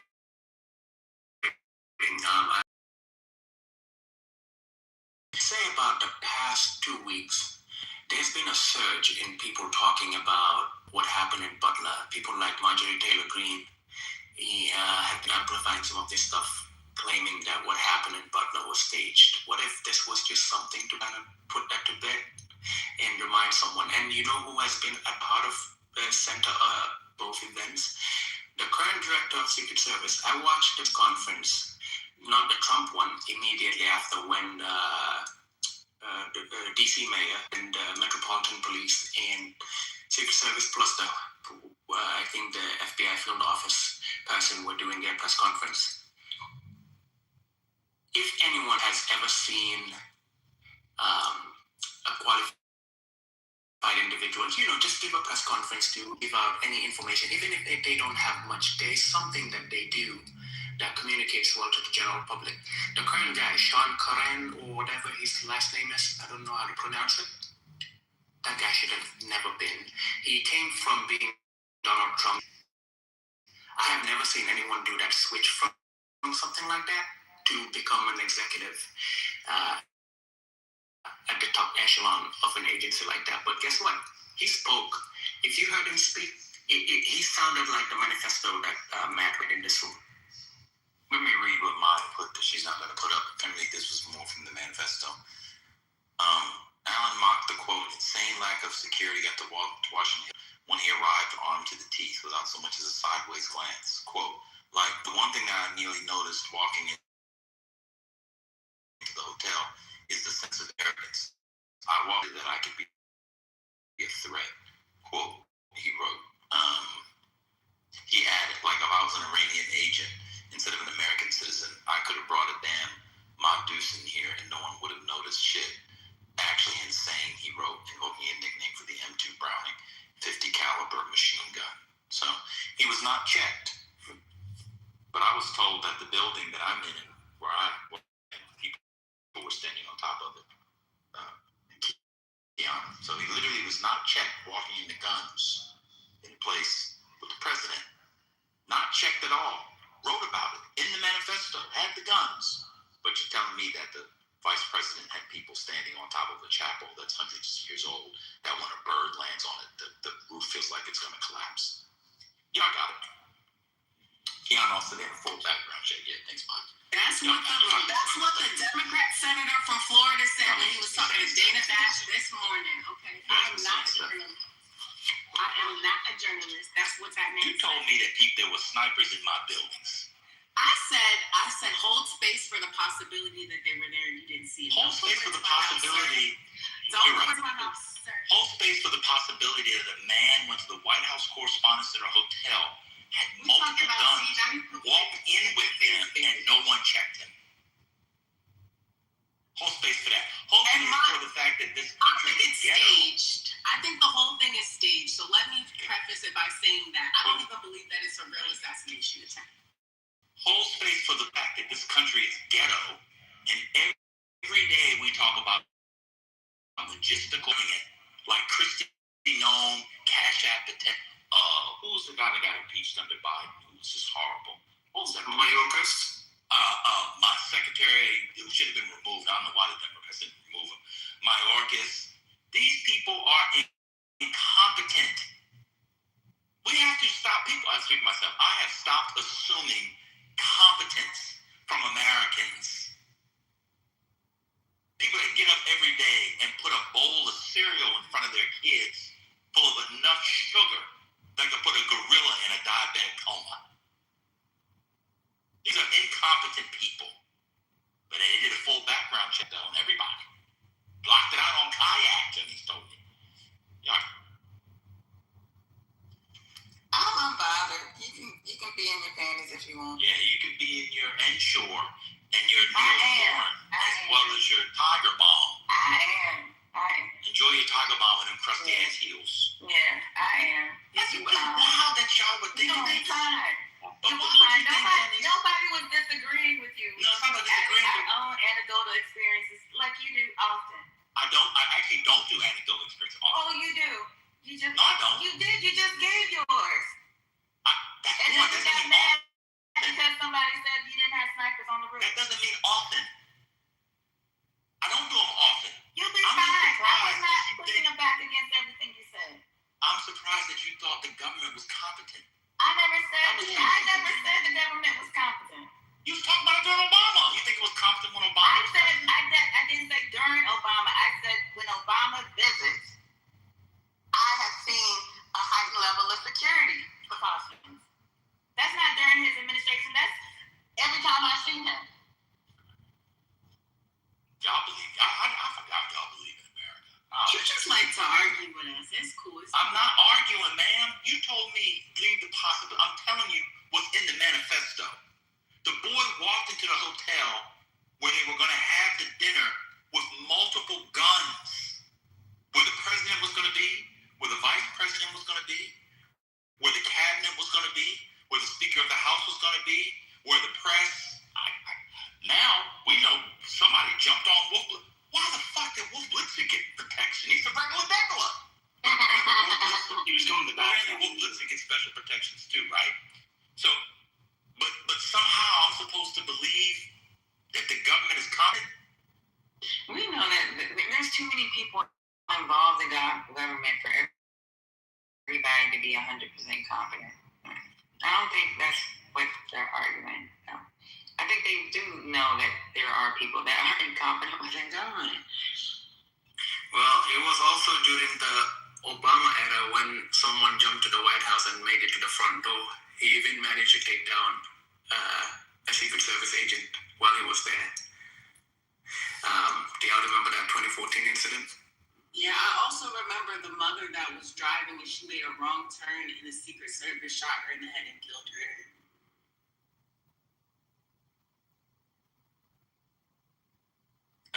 I put in the chat, sister, Georgia RFK is not only this, he's not the CDC director. He's actually eighth in line for the presidency. So what's going on? Could you imagine? Health and Human Services. Well, that's why he might be a little further along because that department came later, but he's not actually in line for the presidency. Like number 20. And the way shit's going these days when it comes to the government, they're just hiring anybody. It seems like under this administration, we've had problems within the government, whether it was Obama, whoever was in charge, whatever president we've had, we had problems with the hiring process, and even with the processes that's in place for like not only clearances, it's just anything. So like it happens. There's a failure within. I don't know. You're gonna have failures. You know, this is the administration, like the very first term. Do y'all remember? It might just be top of mind for me because of my background. That they decided they weren't gonna publish the list of the who visits the White House. Oh yeah. Yeah. And then this administration, I think Dan was one of the ones that also called it out. Like they redefine what they considered media, and they call bloggers new media. That could be like regular, as long as they were sympathetic to the administration. Like, I mean, you know, the accounts of where they cut corners and what they do is countless. Like that. My argument was never that they were competent. So you know what they do now when it comes to the hiring process? In the military, there's a series of questions that have to be asked, and you have to answer it, and it has to do with loyalty. King Nav has a couple of contracts with the government. He'll probably tell you the same. There's questions that are asked. It has to be sent digitally, and they ask you, are you using ChatGPT? You have to say yes or no. This shit is weird. It's not regular fucking questions. The first time that I heard these questions, the guy told me, hey, they asked me about, and this is why. We were like, what the fuck is going on here? This is just the basic dropping your fucking application. I think it's like 5 questions. I can't tell you what exactly the questions are. I mean, I know what the questions are, but it has to do with loyalty to the administration. This is a real thing going on right now. Yeah, that's been a thing there, Patty, actually, for a long time. But it's not loyalty to the administration per se, but it's loyalty to the military, it's loyalty to chain of command. I'm talking about the new. I'm talking about the new questions that they're asking now, and then they actually ask you. You have to sign an affidavit saying that you didn't use ChatGPT. Yeah, I know there's that DRP thing that came in, right? So a lot of people were forced out because of that, and they asked you that question before approving it, which was kind of stupid. It's crazy, y'all really don't even know. Did you lose a lot of people, by the way, for the DRP or no? Yeah, we did, and that's why I'm working as an enlisted soldier as well as an officer. Yeah, I wish they had issued more contracts for the people they lost, but that's a different story.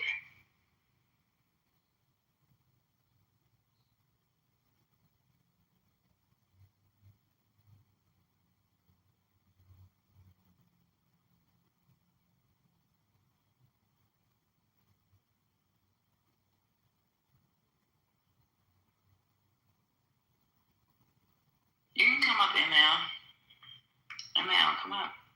That man had something in the chat about the hiring process. This is a mess. Y'all really don't know how bad it is.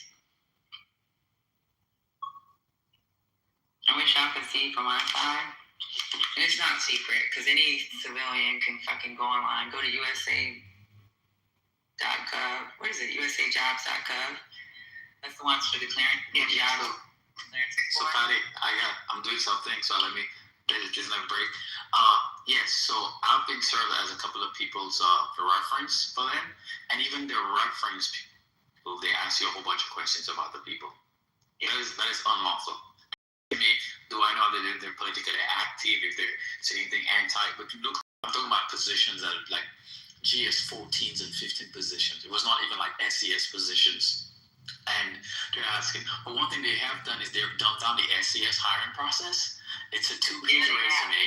They've gotten rid of the ECQs and stuff like that. You don't have to. Yeah, it's a 2-page resume, bro. Y'all, it is a 2-page resume. So any idiot, and some of them don't even have degree requirements. A buddy of mine told me, he goes, man, those SES most of them don't have degree requirements. Yes. So he said they're making it sound. Cause I tell you what I said. You guys realize that when people talk about the government, I mean, a lot of people that I work with were like my last job when I worked in government was MIT, and all they went to really good schools. And you didn't just see, it was really smart people who decided to make the government a career. And now they're saying that you get people from all walks of life, especially people who are just coming into the government, and they're not even remotely qualified. They don't know what they're doing, but they were hired. And some of those people are political appointees, so they'll all be gone by the time, because their schedules, they'll be gone Schedule F, because they'll be gone by the next administration. But still, they're hiring a lot of their friends and cronies. So the federal government is going to be just populated with a whole bunch of Trump lawyers and MAGA. So it's kind of scary. They're weeding out everybody, and they're actually pushed out a lot of people. Well, Mel, the only thing I'll say is, while they may be doing that for GS guys, man, they're shitting on the requirements for us contractors. Like, I'm looking at one right now. They're like, we want you to get us someone who's a PhD in electronics technology for U.S. Navy ship. I'm like, what the fuck? How am I going to find a PhD? So I'm like writing these emails saying like, a PhD is a little bit high. But you got an H1B first. We can't do that because they can't get us to I'm going to fuck it. Yeah. No, but I mean, so for contractors, I mean, they're really shitting on us. I mean, they're really putting like insane requirements on us, and I don't know. I mean, well, they've gotten rid of. I heard they've gotten rid of a lot of the set asides. So they're not honoring them. Well, not exactly. So like what they did was there's something called the Revolutionary FAR. I don't want to take a lot of time on this, but this is Patty's room. But there's something called the Revolutionary FAR, and basically there used to be this thing where if you're in the 8A program and you have a contract that's in that program, once 8A, always 8A. You can never get it out. That program's always going to be set aside for 8A. So now they changed it, telling contracting officers, hey, use one of the other set asides. SDVOSB or WOSB,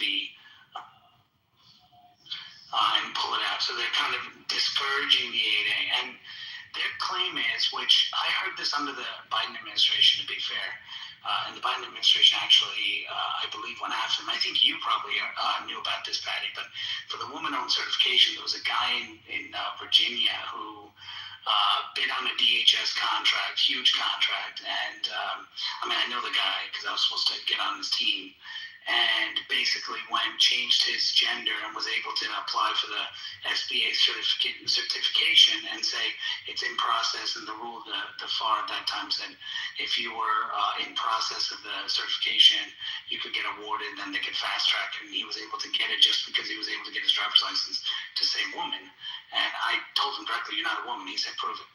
I was like, well, I mean, you said, I know because you're living as a man. Yeah, but I decided to be a woman. And it's like, okay, well, so he ended up getting those kind of, so I think their view is, right or wrong, their view is we're eliminating, fraud on that. Also the 8A program, that's, I gotta be honest, like it's a great program, but there need to be more controls. And there's people who are like, making their wife, like, okay, filing taxes separately from their wife or whatever, then registering the business in her name, and she's under a certain asset threshold, but they're really multimillionaires, but, you know, and stuff like that. So you can, Naveed, everybody cheats. Oh yeah, no, I know that. Cheats. I know that. So there was always talk from the SBA, even under the last administration, like the Biden administration, of regulating these. I think the way Trump did it is wrong with the revolutionary far, but they had been talking about doing this for a long time.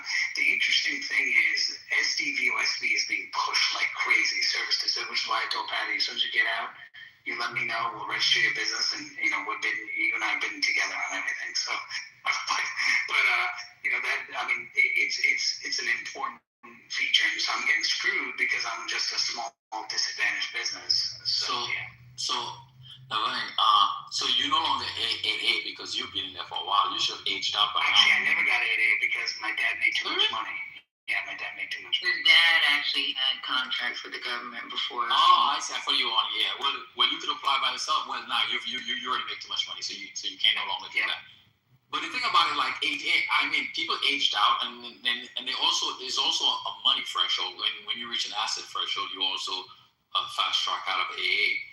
But the thing about it is that, I mean, I know of a lot of minority businesses have actually got their start as 8A and actually grown into really big businesses. So I know a lot of white guys who put their wives on as part of the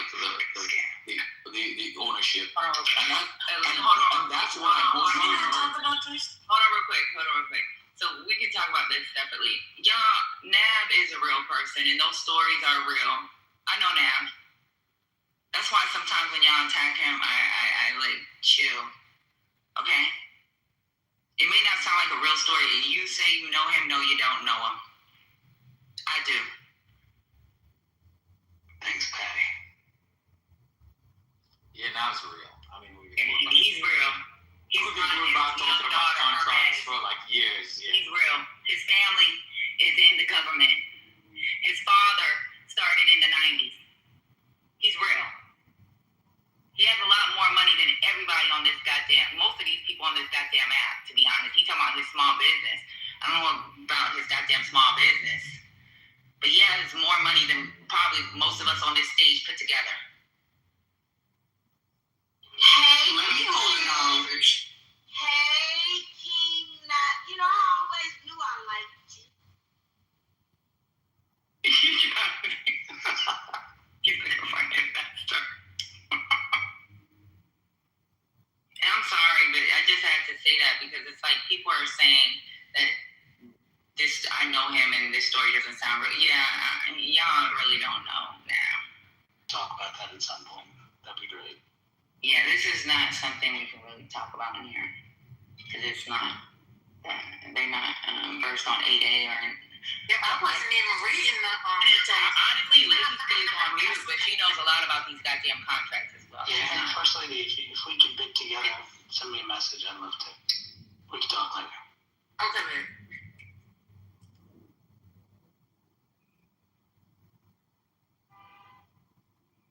Y'all seen that that real this girl was on a date at the movies and the guy got her like some popcorn and a hot dog or something, and she said, "Oh, he got money." I ain't even got a Hermes cookie. You know what my mom bought me though? I'm gonna spend it.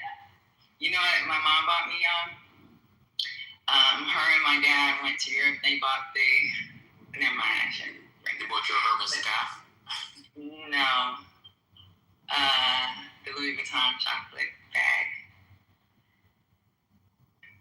Oh, okay. It's cute. It's not expensive. Did you eat it? No. You keeping it? Yeah. Yeah. I'm gonna I don't know. Yeah. Cute. But it's kind of, the handle's broken because of, I guess, handling. Yeah. But I'm keeping.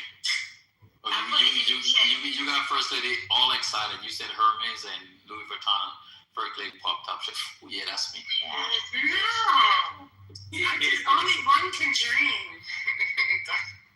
Yeah, I be dreaming. She's like, that's my next bag. never buy Hermes. I will let somebody buy it for me, but I don't buy it for myself.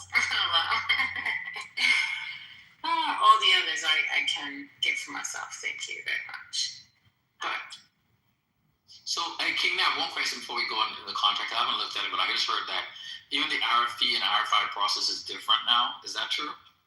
For DoD, it's kind of the same, but LODA passed this bill. You should look at it. It's called Simplified Language in Contracts. Yeah, that's what I heard about. Yeah. He keeps touting it. I mean, it's fucking shit. I told him it like directly, like, dude, this is like shit. You're trying to donate and raise money out of it. Like, you didn't really do a good job. But basically, they're trying to simplify it, saying like, okay, let's put in all the clauses and stuff, and nobody's adhering to it. They're just adding like amendments and saying like, hey, read amendment this one. So the main documents are smaller, but there's like 40 more amendments. So he didn't really do shit on it, but whatever. So, King, for the sake of the room, because there are many of us who don't know these things, what's DOD? Department of Defense, or now called Department of War. Thank you. But the legal name is still Department of Defense. Well, actually, like all these acronyms, those of us who are not bureaucrats, we don't know this shit. Like, we're acronym kings. We don't know. Y'all just be speaking weird language. Let me tell you. Well, it's hard sometimes when y'all be Z3 and G, B2, 4, BZTS and all that other shit. Like, I gotta break this shit down for us because we don't be knowing. But now that you ask like that, I'm sure they'll be willing to do so. Go ahead, Ness. Well, I was gonna say that. To be honest with you, Hurricane, if you don't know about the B13 classified, okay, G14 classified, then you have to, be more researched. This is classified B613 paperwork. That sounds like a shot.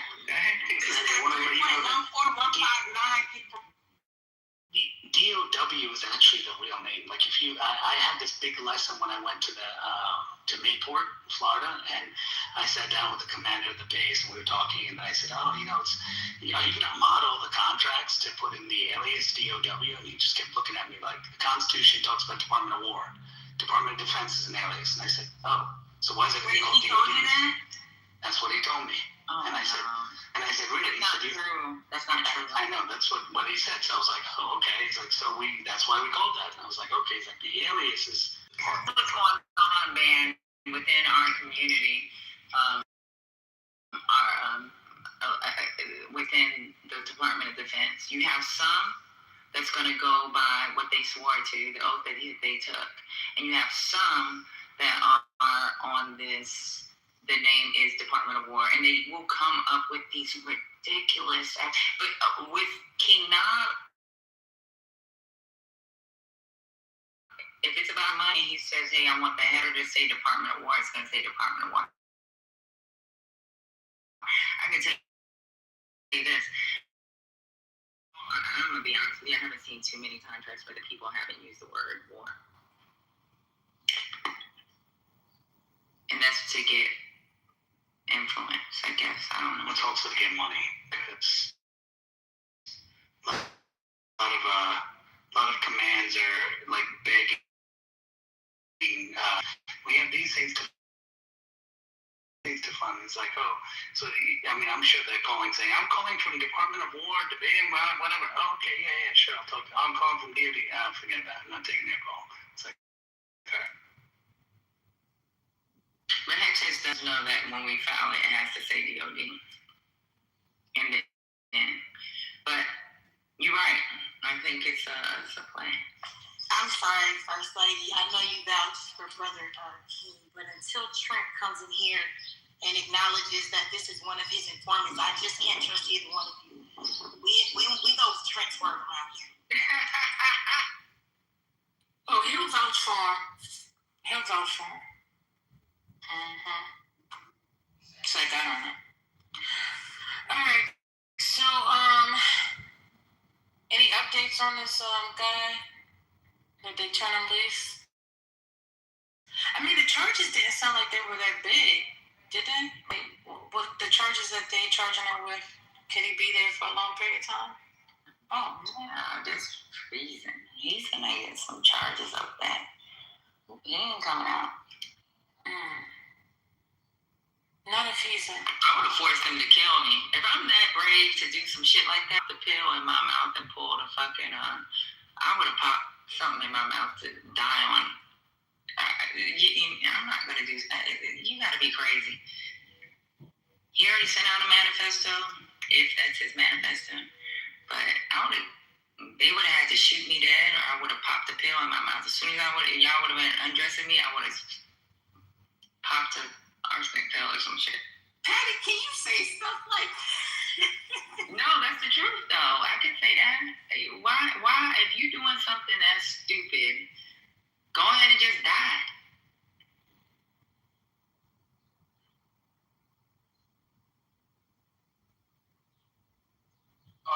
What facility? I'm sorry, guys. I've been moving around, so I haven't had a chance to read, but I do have some questions. And peace to the space. Happy Sunday. So how many weapons did he have? I just heard he had two weapons. Is that right? That's all that was in the report so far as on how many he purchased. And in terms of layout, so he went past. Are there layers that, like, how did he get this close? Yeah. He was in the lobby. It was in the lobby. But before the lobby, like, there's no outer, like. No. Okay. Right. Just like hours of going back and forth. Okay. So then I'll just do my homework on that. Okay. Thank you. Peace to the space again. Peace and blessings, brother. Good to see you. Glad you're in the number. Amen. One more time. Oh, Lord.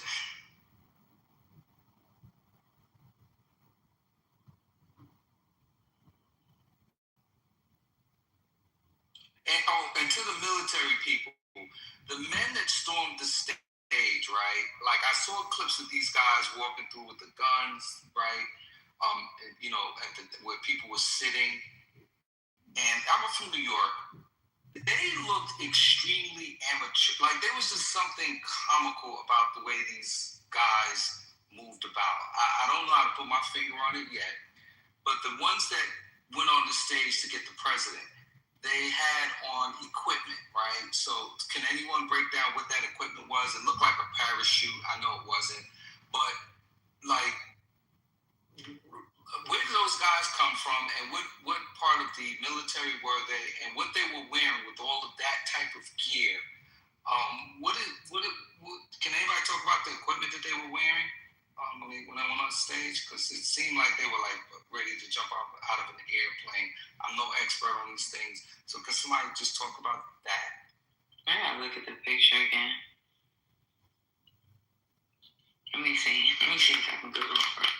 Yeah, when they went over to the first, they moved Hegseth out, and then I don't know, it seems like he didn't know how to get out of a chair for some reason. That's a whole nother story. And then they moved towards the president, who fell. I just realized that was him falling.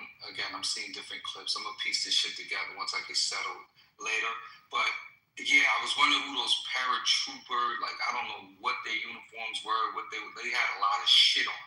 And just the way they... You talking about the all black with the black rifles? No, they had on green. They had on all green. I didn't see green. Yeah. Look, I'm gonna see if I can find a clip. But I was wondering if a military expert can tell us what they were wearing, where the hell they came from. That fast, wearing all of that.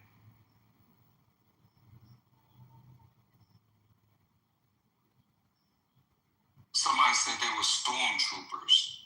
Okay, so stormtroopers were on the perimeter, and they came in.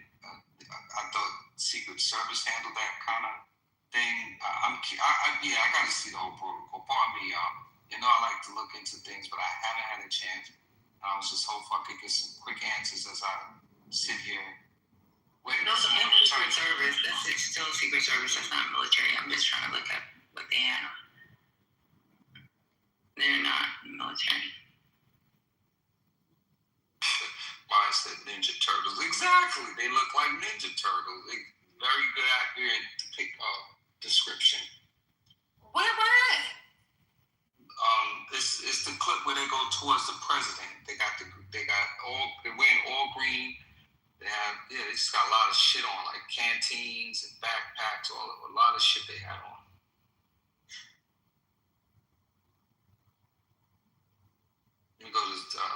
was CNN, IG, people. And they was moving way too slow. They got Vance up out of there, and then everybody was tripping over Trump. You got Melania going under the table. They look like they never did an emergency evacuation drill ever.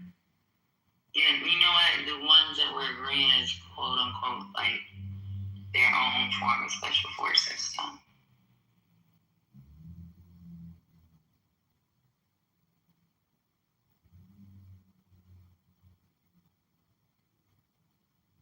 Yeah, I believe it's staged, but I hope it was real.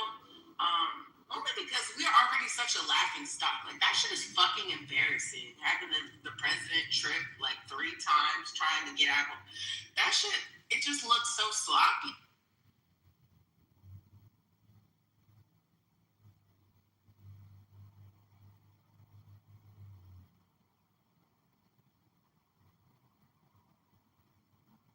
I don't know what videos y'all watch. Y'all must got some, and not to mention the person that was killed in the process. Who got killed? Nobody died. That was fake news shared. Oh, okay. All right. Okay. Yeah, this journalist was they just wanted to be first and they were saying the wrong shit. Somebody said something. Yeah, I don't know what video.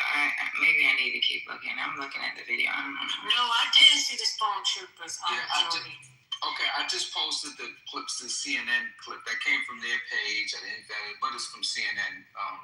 So I don't know. Maybe I was a little tipsy last night, but okay, I'll try to get another viewpoint. But that was. So he's for. I don't know what the hell was going on in the clip. You guys gotta understand, like you're in Carmine, you're chilling out, you look at what is happening? I don't understand.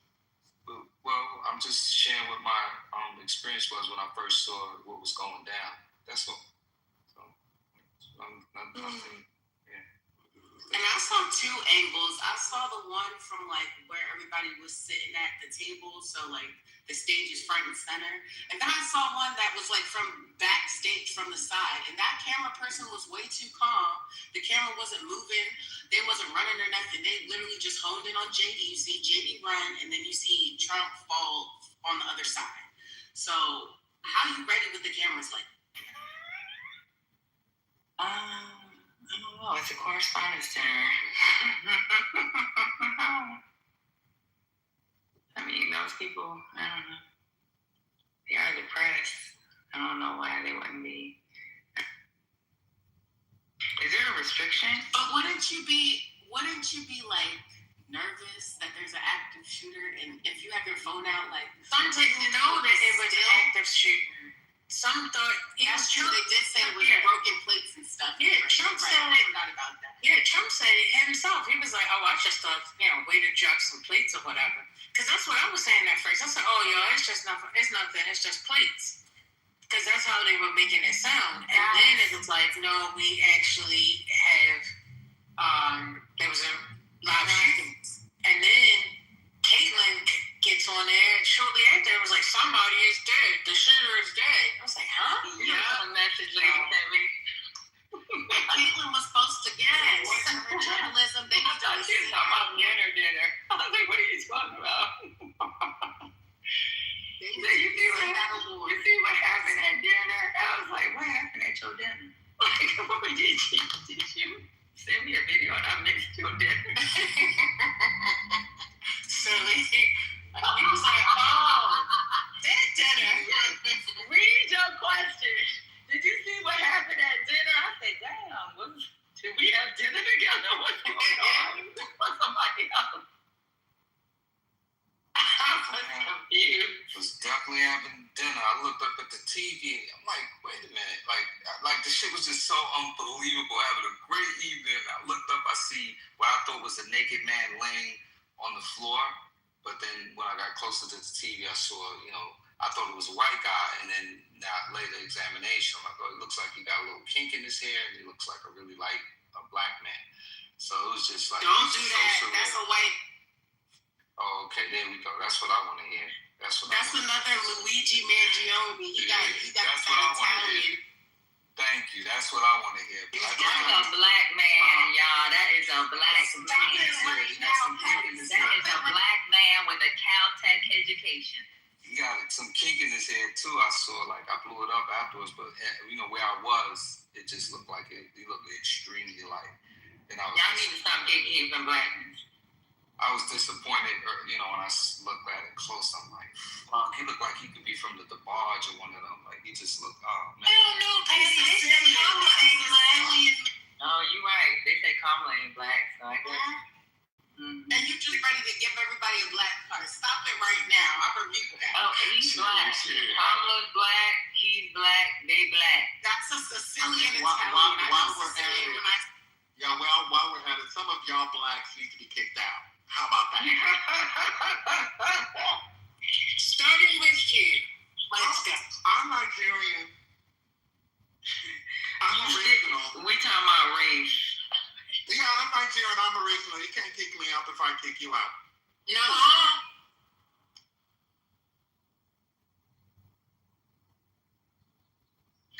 I'm black. I have African blood and I have Black American blood. I mean, there's some Asian in there. I'm blackity black. Well, my blood is red, so thank you, Rainbow. I agree. Yeah, I'm with you. My blood's red too.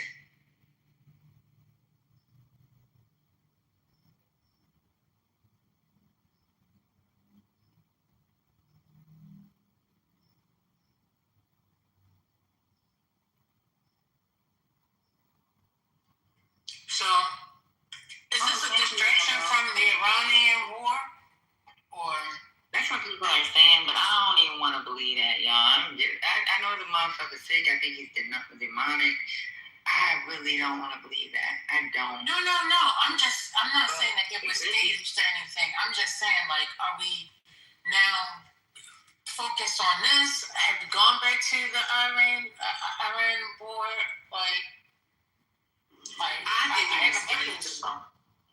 Well, I'm not saying that. I don't want to say that. But you know what, though? It could have been. Anything is possible. But I'm not getting me to 6 levels to say that. Yeah. There was a lot of people saying that they weren't going to the White House Correspondents' Dinner. Don Lemon and because of the Don Lemon and Georgia Fort situation too, because they actively have cases against them for just being journalists. So there was a lot of pushback. A lot of people saying like, "Oh, we shouldn't even go. We shouldn't support this. How are we going to go to the Correspondents' Dinner when we have a president who's actively going against the press every day?" So there was a lot of people saying that they wasn't tuning in. They weren't going to watch it. Nobody gave a fuck. And then I wasn't watching it. I was here on Clubhouse listening. No, I be watching that. When Lady hit me up, I be watching that. I ain't gonna front. I watch the White House Correspondent Dinner because I think it's funny. If I was home, I definitely would have been watching it. Absolutely. Because he made, I remember him saying, you gotta watch, it's gonna be really big. And I remember a big deal being made off the fact that he was going to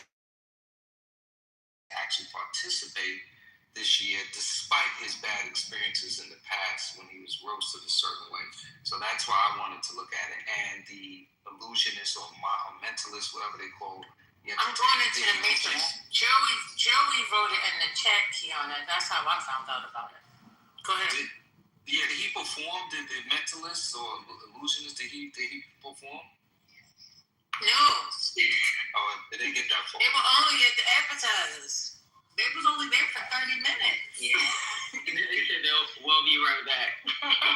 Yeah, this is like, I wonder how they convinced that actor on the roof and for that.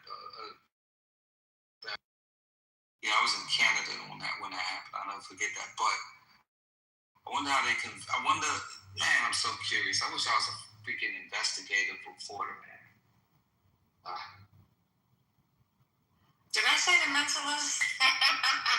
What did they call it? Entertainment? Was he a mental? Like, what did they call him? A mind? I don't know. But you might be right because he inspired the show. Right, but the guy goes and guess what people are thinking, right? I don't know what that's called. I thought it was a mentalist or something. I know they described him as a magician, but when I saw, backstory, what is his name? I think it's mentalist. It's Oz from King's Mentalist. Yeah, he gets shit that we thinking and writes it down. And I don't know who it was, but I think it was Snoop or somebody.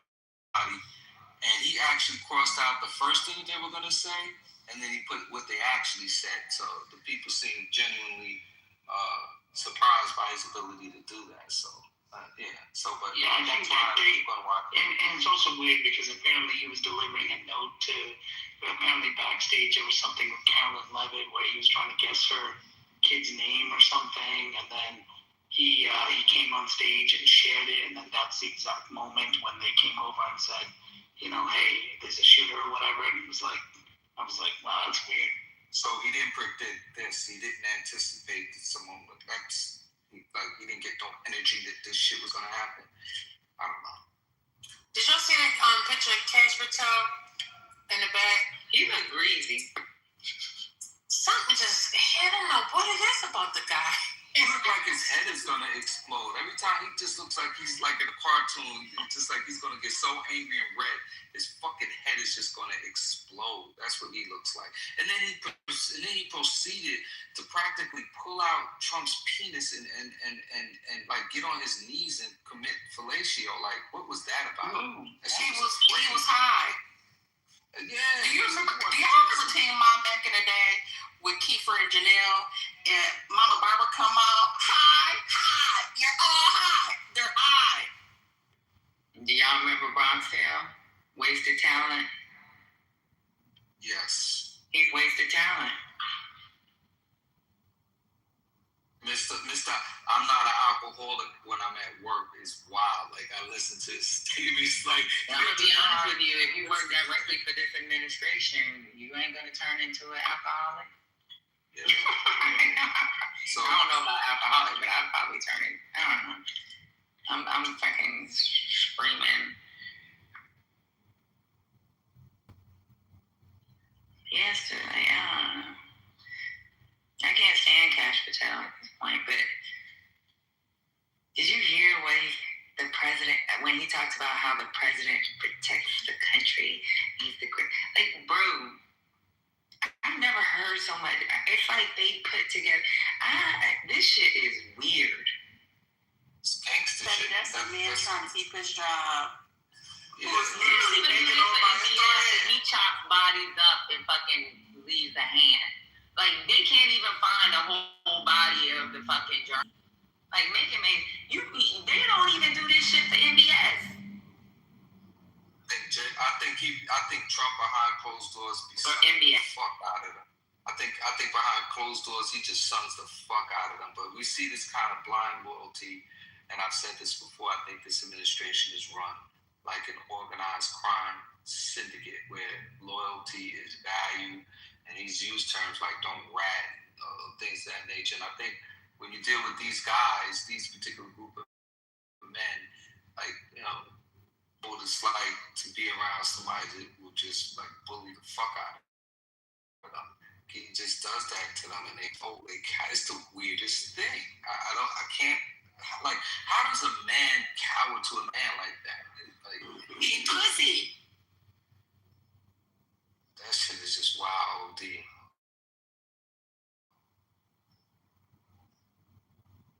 I said that too. I thought his jaw gotta be hurting after all of that dick slinging he was doing last night. I cannot with Cash Patel. He really needs to go somewhere. He really needs to just fall over, go on another bed, and just fall over somewhere, please. I get nauseous when I'm So some people,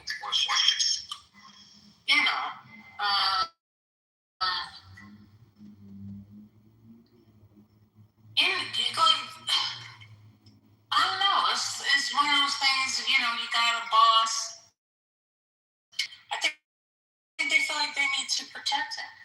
I think the young man earlier this week. He came in and he was like, the more y'all talk about him, the more I love him. Like, I think these people are at that point where they feel as though they need to protect him at all costs. It comes across as ding-a-linging, licking, or whatever you guys call it. But to them, it's just them thinking that they are being a loyalist to him.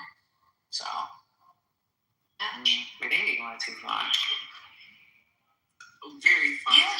I mean, imagine having a job. Last week, the week before, they was all turning on him. Tucker Carlson, all of the right-wing podcasts. They was and now it's gonna be like, oh damn, they tried to kill him again, and that's how he's reeling in his, and that's how I think it's a fucking stage. I still think the whole shit was staged, and I'm gonna say that until it's undisputable that it was. But I don't want to play a video. Click that link if you can. I ain't clicking that. That's a link. That's like the shit be scaring me when you click it. Yeah, the Facebook, that shit is like a red flag. No disrespect to your source at all, but yeah, Facebook spooks me out. All my old friends are on there, like from back in the days, and you can play it. You can play it. But if you say click this link, that shit take me back. I be like, fuck that. Might fuck up your whole algorithm, man, after that one click. boy, Butterbean. Where's she at? Did she come up? Yes, I'm here, but don't know if. Okay, so this is what you do. You're on your phone or you're on your computer? I'm on my phone. Okay, since you're on your phone, those three dots at the top, you're going to see something that says audio quality. Click on audio quality and go to music. Now,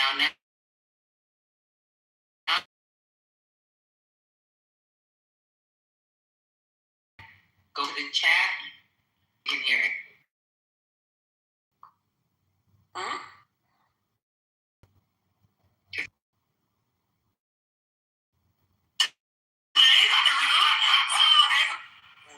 It'll be funny and entertaining. There will be some shots fired tonight. So everyone should tune in. It's going to be really great. I'm looking forward to hearing it.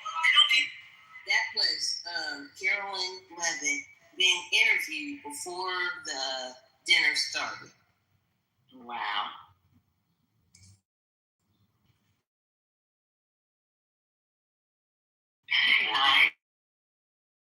Well, let me tell you, scared was going to be really rough. Ask Carolyn what was in that speech. Carolyn? I agree with them because everybody knows that dinner is a roast. So it would be shots fired. It's an opportunity for them to go back and forth. So That's 2 assassination attempts, and then we know Erica Kirk, a widow of somebody who's just shots fired in the neck, is going to be there. Why are we doing that type of language as American government anyway? Like, it's just, it shouldn't have been said, period. And now it's giving fodder to the people like me who assume that this was a stage. So I'm not gonna dismiss y'all concerns or y'all theories and whatever, right? The only thing, I ain't late, but I'll tell you this. I can think somebody's demonic, but to be this demonic, that's a whole nother problem. And if you're staging this type of shit and putting other people's lives in danger, there's no place for you even in hell. So I just want to believe that this was an attempt. I want to believe that. Well, Patty, if y'all thought that clip was good enough, maybe you might have heard this one from Fox News. when someone started saying something along those lines and Fox News just cut it off immediately. If you haven't heard it, I can play it. Please play it. Okay. Listen to this. I want to just quickly tell you, I was sitting next to Caroline Levitt, the press secretary's husband. He was one of our guests. He was seated right next to me, and right as the dinner was starting, the national anthem happened, and then he kind of leaned over and said, Webstone TV did a great job, but you need to be very safe. And he was just very when he said that to me. And he kind of looked around the room and he said, there are some. They cut him off there. Just wait. Sounds like we lost Aisha's phone there, and this happens, by the way, especially when you have two people attempting to utilize the same cell service at the same time. I did want to add this while we had a moment. I was just reading. Cut off when you're using the cell service at the same. What? I don't understand that. Now we need an explanation for why calls drop. That's Thanksgiving. But they were saying right after it happened yesterday when they were interviewing reporters that were on site, they were all saying that it was the connections was tough because I guess they some kind of like blockage, I guess, of the service signal inside the building. That makes sense. That makes sense. You know whose signal was fine? Wolf Blitzer. He was on the phone with CNN the whole time. Yeah, but it makes sense that they do. He might have had a satellite phone. But to be honest with you, it makes sense because if something occurred, a lot of times within the government, they do try to cut off signal so that they can get a proper assessment before people go in to change. And if they don't do like some kind of a search for weaponry in a way that they don't, like they're at the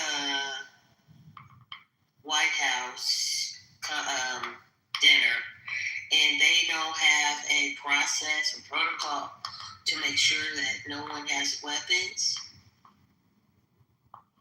or do they? It's just a question. Sweetheart, you about to open a whole another can of worms. We have massage and we just got out of this.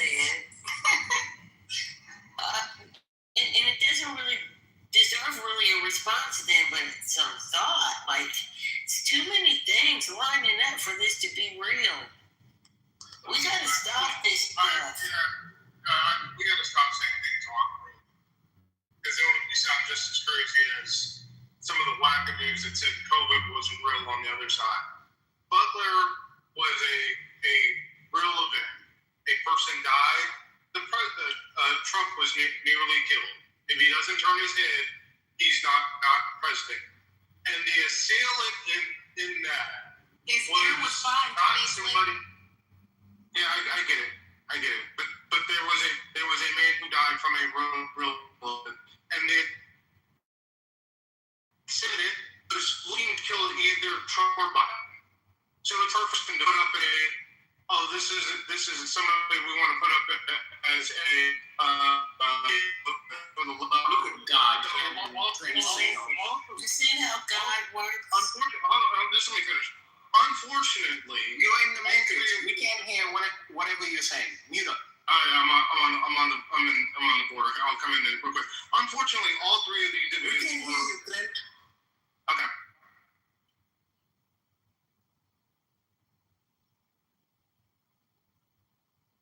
Can you hear me now? Go ahead. No. Yeah. Unfortunately, all three of these events are likely real. You've got a president that is insanely unpopular, who people do believe, and who has done things that are far outside the norm, and they believe he is breaking the Constitution.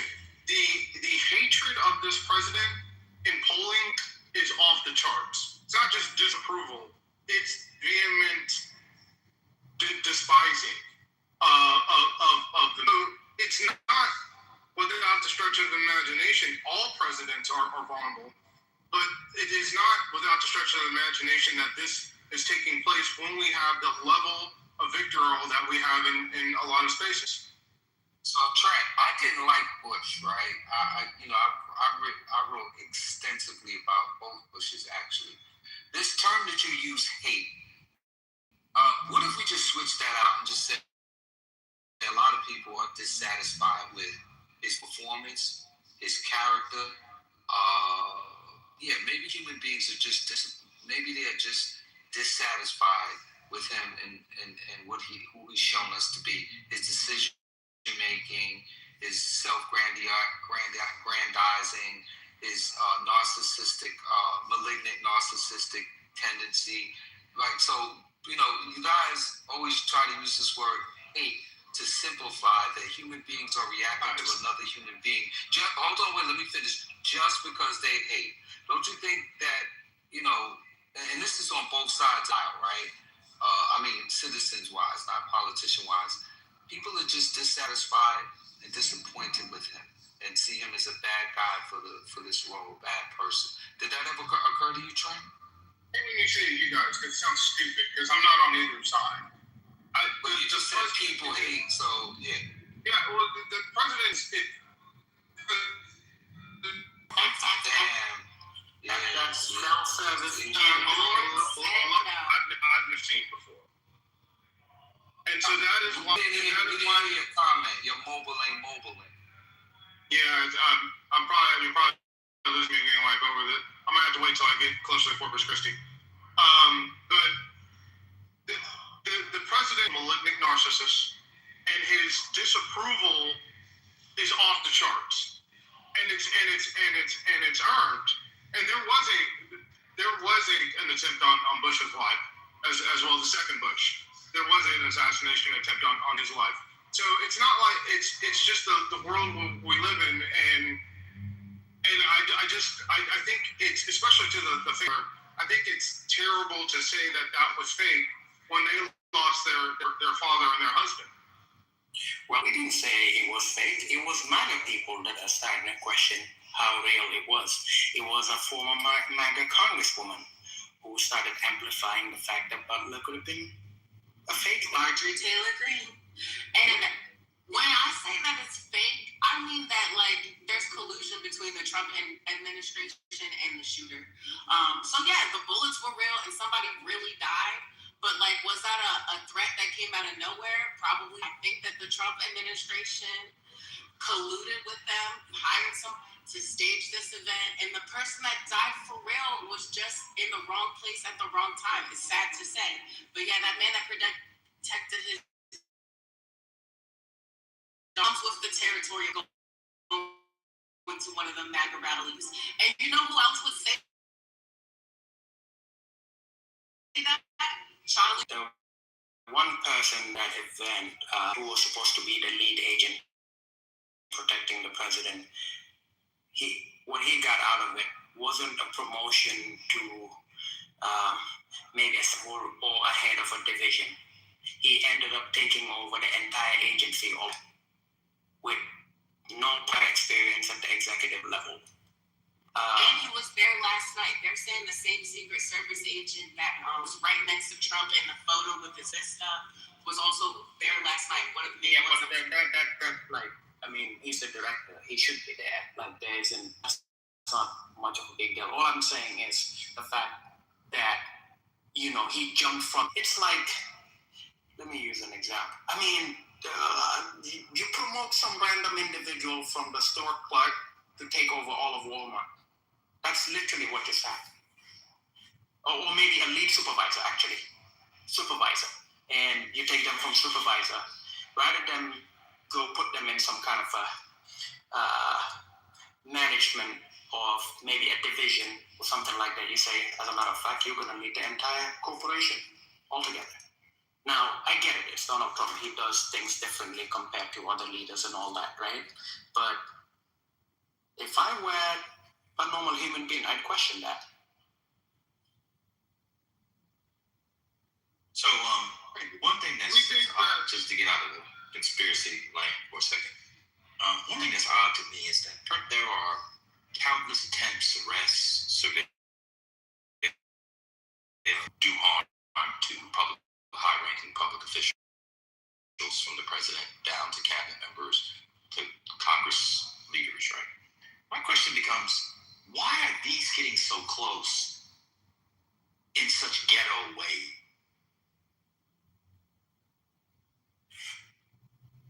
That's a very good question. Ghetto ways. Well, let me just say one thing real quick. Answer the question before you say anything else. He asked a question. Well, no, stage. Yeah, I don't think they're getaways. The Butler, to say Butler was staged, that bullet was centimeters from ending the president's life. So like that's not something that you stage. You don't say, "Hey man, I just want you to graze my ear." That's not realistic. I think we're having. I think a lot of these are. Was I like the Matrix? No, maybe you might have been. When you asked the question, went on mute for a little bit. Trent just took over. So go ahead. Oh, I'm sorry. No, I was just saying. Take the conspiracy theories, stage, all that's away. Just as everything's real, things real. I'm just trying to understand why the security is so bad.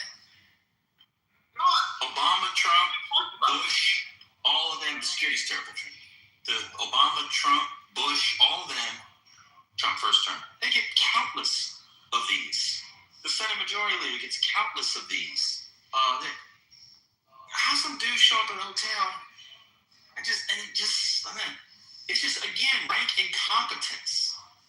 And when you surround yourself with incompetent people because you want to get political payback and own the libs, this seems to be the kinds of outcomes you're going to get. It's just very bizarre to me how the guy in Butler gets promoted to the head of the Secret Service. It's very strange. I just think, he landed 2 feet from President Bush. I mean, like it's You're not only repeating yourself. You're not listening. What landed 2 feet from President Bush? Like a live grenade landed 2 feet from President Bush. It was a foreign trip. But I don't think that these. So it was a foreign trip. So that would be different. Yeah, it is a little different. But I don't think that these attacks have been ghetto. I think they've actually, in some cases, been well thought out. You didn't understand what he meant by it looking like ghetto? Like, God damn it, bro. Yeah, right. Well thought out, sir. So check this out, right? So I've done quite a few events in my life. Rambo, come on. What are you doing?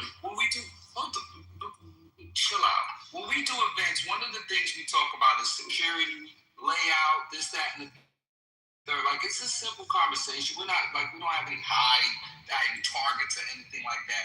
But you generally look at a plan, a floor plan, and you talk about the logistics. You have these basic fucking conversations. How does it even get this fucking close? There should be perimeters and layers there for him to get this close to be in this proximity. It's odd to me, and it's just extremely odd with all of the resources around and the history and how many people don't like this man. Something just doesn't make sense. Doesn't make sense. All right, so your question, Ben.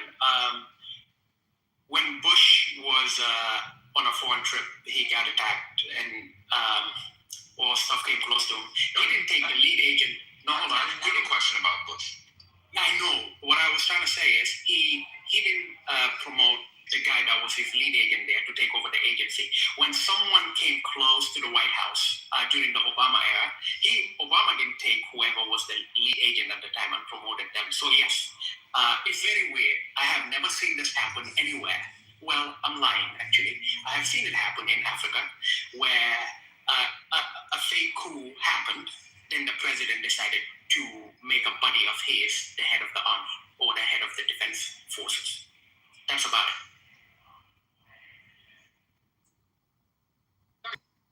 In my opinion, the one on the golf course was both the Butler and the golf course were dead to rights. This guy didn't get that close. He wasn't after Trump. You forgot that part? After Trump. This manifesto basically says he was after Trump. It's pretty clear. He said it. No, it did not. I mean, it says it's after a pedophile. Not the one that I heard Matt read. It said that he was after the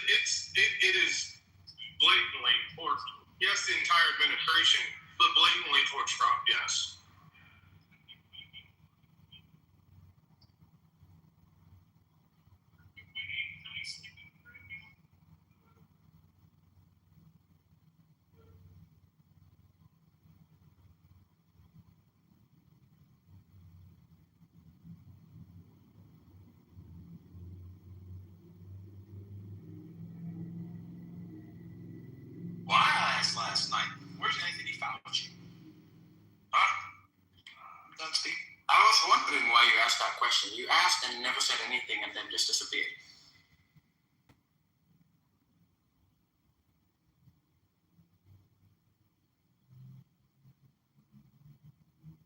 Clearly, Anthony Fauci is doing all this. I mean, look, people say that conspiracy theories on the left are dumb.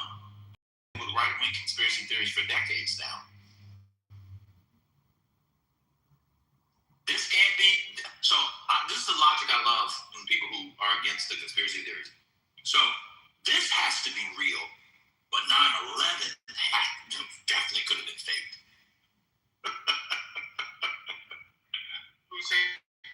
This one has to be real. This one has to be real. But a worldwide pandemic where people literally saw their loved ones being choked out, that's fake. It's kind of all over the place. Hold on, Thor. Go ahead, Thor. What do you want to say, brother? You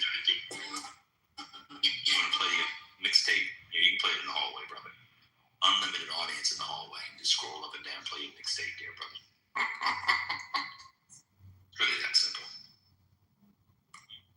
But if you're a conspiracy theory dabbler, like me and y'all dabble in butt play, you have to let other people dabble. You can't just dabble and dibble and dabble when nobody's looking and have your woman put her finger in your butt and then act like you're the straightest man on earth when 2 hours ago you was hitting a missionary and she had 2 fingers in your butt. You gotta let people put fingers in their butt. Huh? So you're a nasty man. I'm not nasty. No, it's not. It's the same principle. I use these metaphors on purpose because that's the only way dumb people understand things, through anecdote and metaphor. And you all are dumb. I'm almost done. And you all are dumb. And so you can't act like, you can't act like, oh, well, the vaccine, you remember the vaccine conspiracy theories with 5G and your phone? And the COVID conspiracy theories? Or the Trump election conspiracy theory? You can't be an election conspiracy theorist and say there was bamboo. This is my favorite ones. There was bamboo on some of the ballots, and so therefore it came from China. And then when something else happens on the other side, you have to believe everything. If people want some fingers in their butt, you got them in yours. So if you're allowed to have a finger in your butt and not be gay, so is Trump. That's why I have to use the metaphors, because you people don't learn otherwise. You don't read. Now, if we go around and say it was the last book anybody here read, from cover to cover, and maybe about 5 of us in here could answer. Your brains aren't sharp. Many of you couldn't get through high school now if you took your current intellectual standing and started in 9th grade, and all things being equal, many of you would have to be held back for at least a year. It's very true.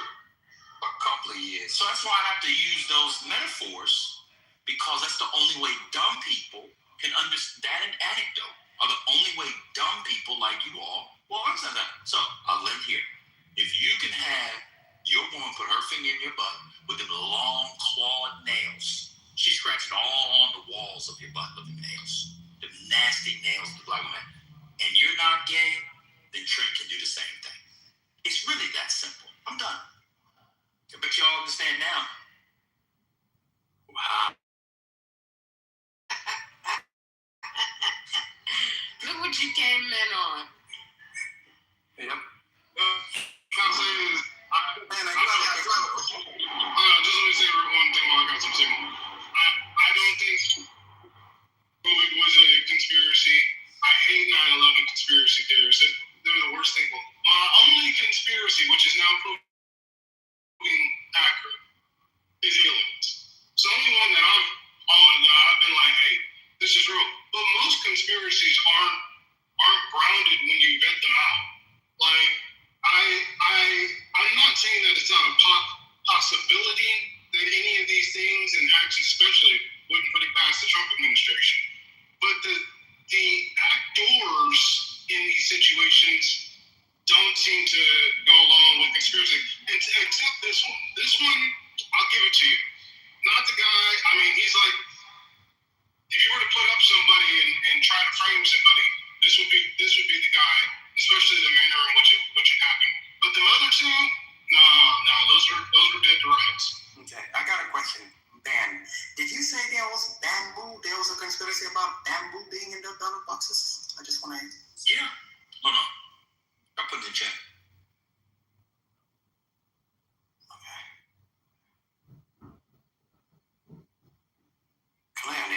up to date with conspiracies. I used to think I did.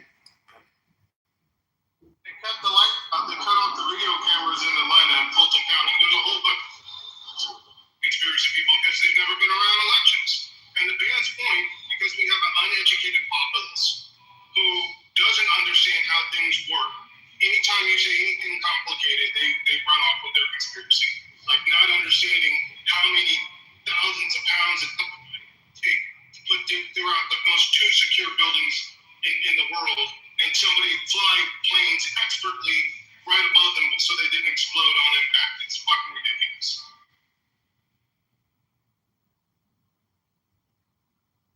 First Lady. She's on me.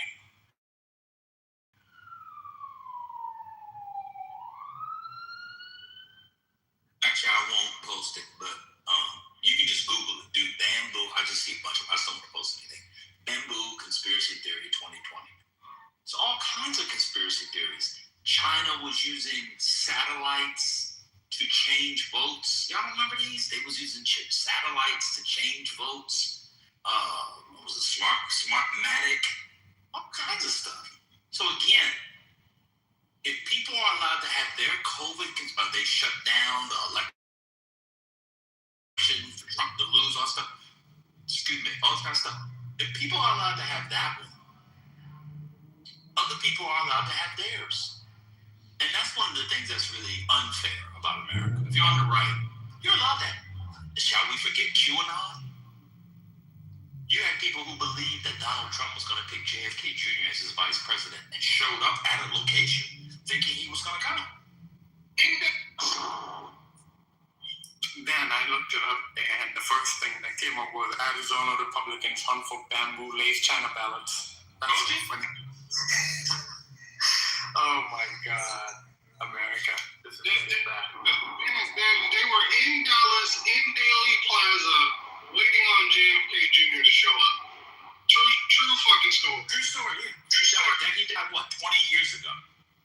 He was killed in that plane crash, 15, 20 years ago. So again, I'm not with the conspiracy theories, but we gotta allow people, y'all on the right gotta allow people to have it on the left, and now you leftists gotta allow people on the right. A large portion of being a MAGA person is it's all conspiratorial. A lot of it is conspiratorial. Kash Patel said the director of the FBI has full control over the Epstein client list. He's now the director of the FBI and hasn't released the client list. Alex Jones, y'all listen to Alex Jones, Marjorie Taylor Greene, Donald Trump, etc., etc. If people have Brandy said earlier, God bless Brandy said it's odd people think this is staged. How would this be odd? We're in America. Many people believe a man walked on water. How's it odd? How could this be odd? We have Christians and Jews, Muslims. Muslims believe that the Prophet Muhammad, peace be upon him, split the moon in half. Don't forget Tupac and Biggie. Then y'all believe that Moses didn't even exist. And some of y'all believe that. So how can they believe this? I love it. This can't be real. But Moses split a sea in half with a staff that he threw down. That was really his brothers. And a bunch of men swallowed up his enchantment. Amen. And they all lived 500 to 1,000 years. Right. And the earth, and many of them believe the earth is 6,000 years old. Some of y'all got gas in the car that wouldn't be there from 6,000 years ago. There you go. By the way, I have, so for yesterday's press conference, Ben, that I was telling you guys about, I have the portion, I forwarded it to that, where Secret Service Director speaks. Just listen to this man and tell me if he is Director caliber and how weird this is.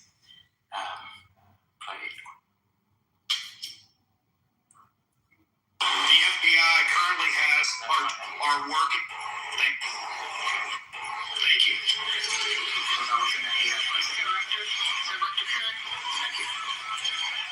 My name is Sean Carter, the Director of the Secret Service. Tonight, we We saw exactly what our brave men and women do each and every day to protect our protectees. It's not easy, and I will tell you that they performed admirably. We got to see what they do, and that individual in charge of checkpoint was apprehended. This shows that our multi-layered protection works, and I'm grateful to our partners that help assist us with building these sites and protecting these sites.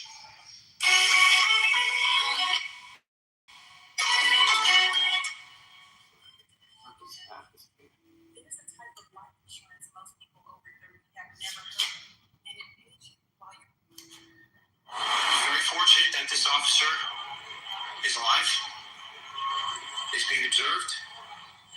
And I'm grateful that the president reached out to this officer and spoke with him earlier. I ask everybody to pray for him and all of our officers and agents that were involved. And I will tell you, we will continue with the mission. Thank you. Thank you. Chair Shapiro. That's literally all he said. Now, how does that engender confidence in anybody that these so-called principles, to use the language of business school, that these quote-unquote principles in his quote-unquote portfolio will be safe, let alone the country? These are the people that, again, this is what I was talking about, Sean. Just for political payback, these are the people he put in control. You read what you said?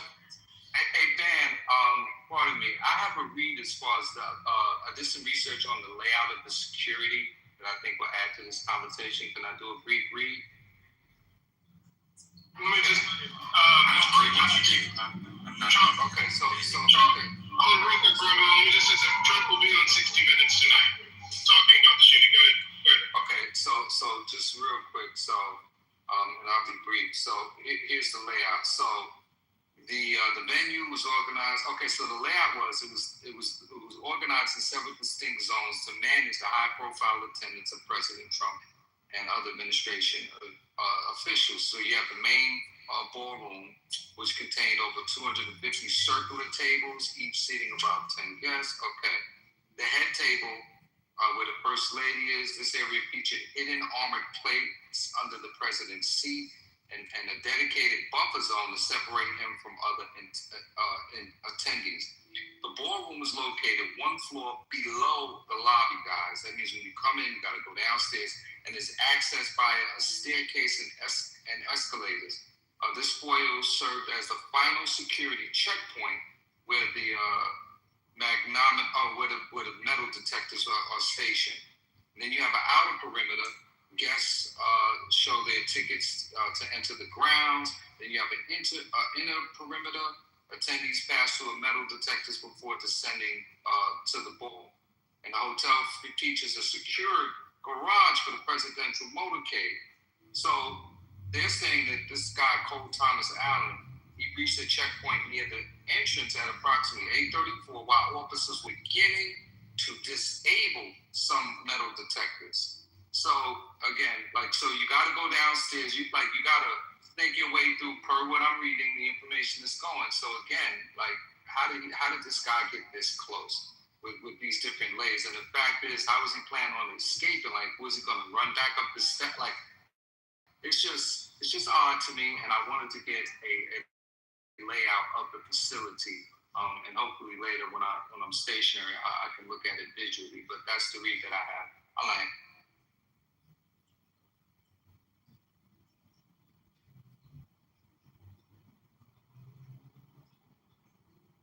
That's the read I had. It's crazy.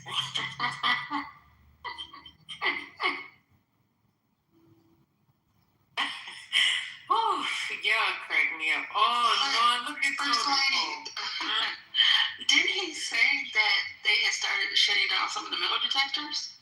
Yes, that's correct. They started disassembling the metal detectors, yes. And it seems like he came in at that point and just wilded out, pulled out the gun, shot, whatever the case may be. Yeah. What? At this point, I'm over it. Y'all can carry on with the conversations. I'll just take over. I'm done. Y'all can do whatever you want. What else is there to say at this point? I don't know. Stupid shit. Yeah, at this point, Jamal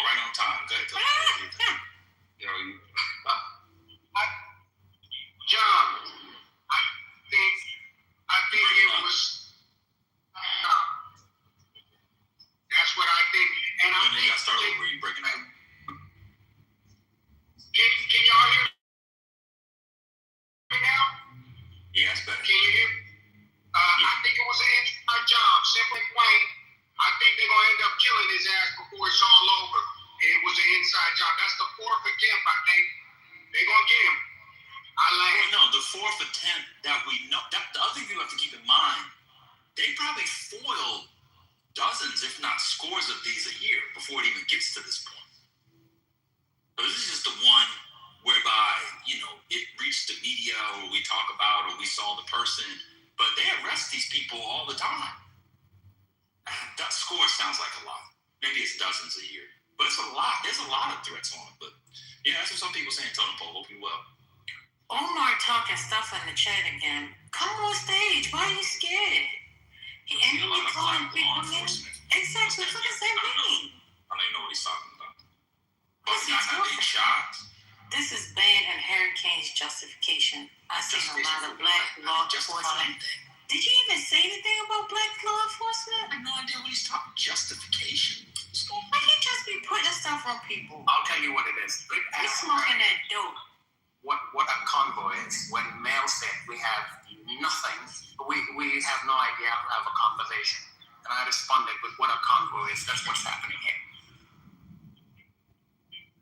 I have no idea what's going on. Yo, my bad. I spell check got me. I meant to say jurisdiction. That's what I meant to say, but the spell check got me. Not justification. Yeah. Now I was saying that that's your area. You and Hurricane. You know, Prince George County, Baltimore guys. Maryland guys. That's what's going to be a county. You gotta get me blocked from I'm not from there. I'm not a local. No, but Secret Service had to watch. Yeah, but you see, like it was local. Yeah, I seen a lot of black local the videos I seen. Yeah. Well, Secret Service got to watch. That's a fact. I don't know. That picture, the way they was running out of there. Did y'all see the picture of Mike Johnson? No, it was given shades January 6th. Remember, we're also supposed to believe that January 6th was fake. See, the right wingers are allowed to have all their stuff is fake. But now the blue anoners can't have theirs. We live in a conspiracy theory world. All thing we know now is the rent. That bitch is high as a motherfucker. They said ain't nothing going on but the rent. In this comment, I still don't understand why people are renting. Y'all got it. It's bizarre to me. Grant Cardone told them not to buy homes. That's why. That's right. Pay him rent instead.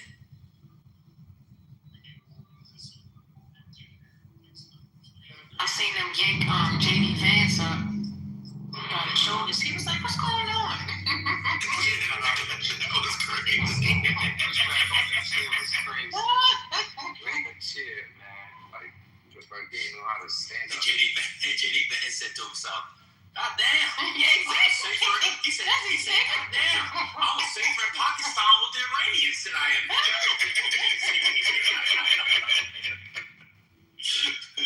Damn, that's crazy, yo. This country is a shithole. I don't care where you fall. Shit is crazy. On the political spectrum. I'm saying this country, Donald Trump called Nigeria and all you black, all you Africans, shithole. You got upset. I never got upset because this place is a shithole. I was in an airport. I was in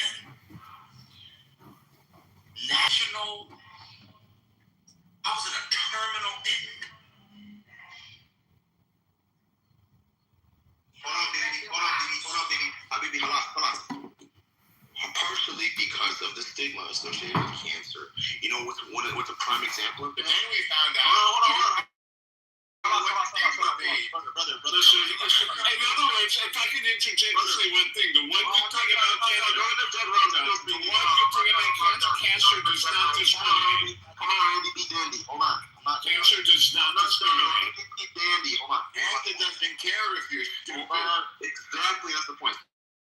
So what I'm trying to simply say is that, as in the case of prostate cancer, some men will not want to get their shit checked because there's a stigma associated with getting their shit checked. I just had my shit checked, and I'm going to tell you something.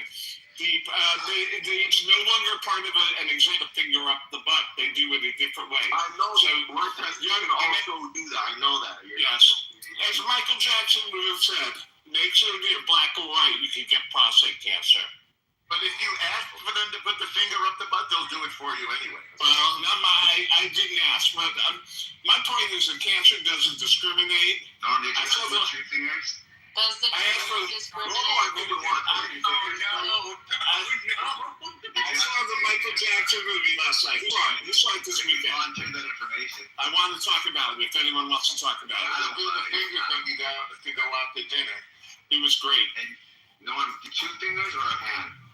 Well, after the fingers, then we go out to see the Michael Jackson movie. Yeah, there you go. There you go. You eat popcorn with those dirty fingers too, huh?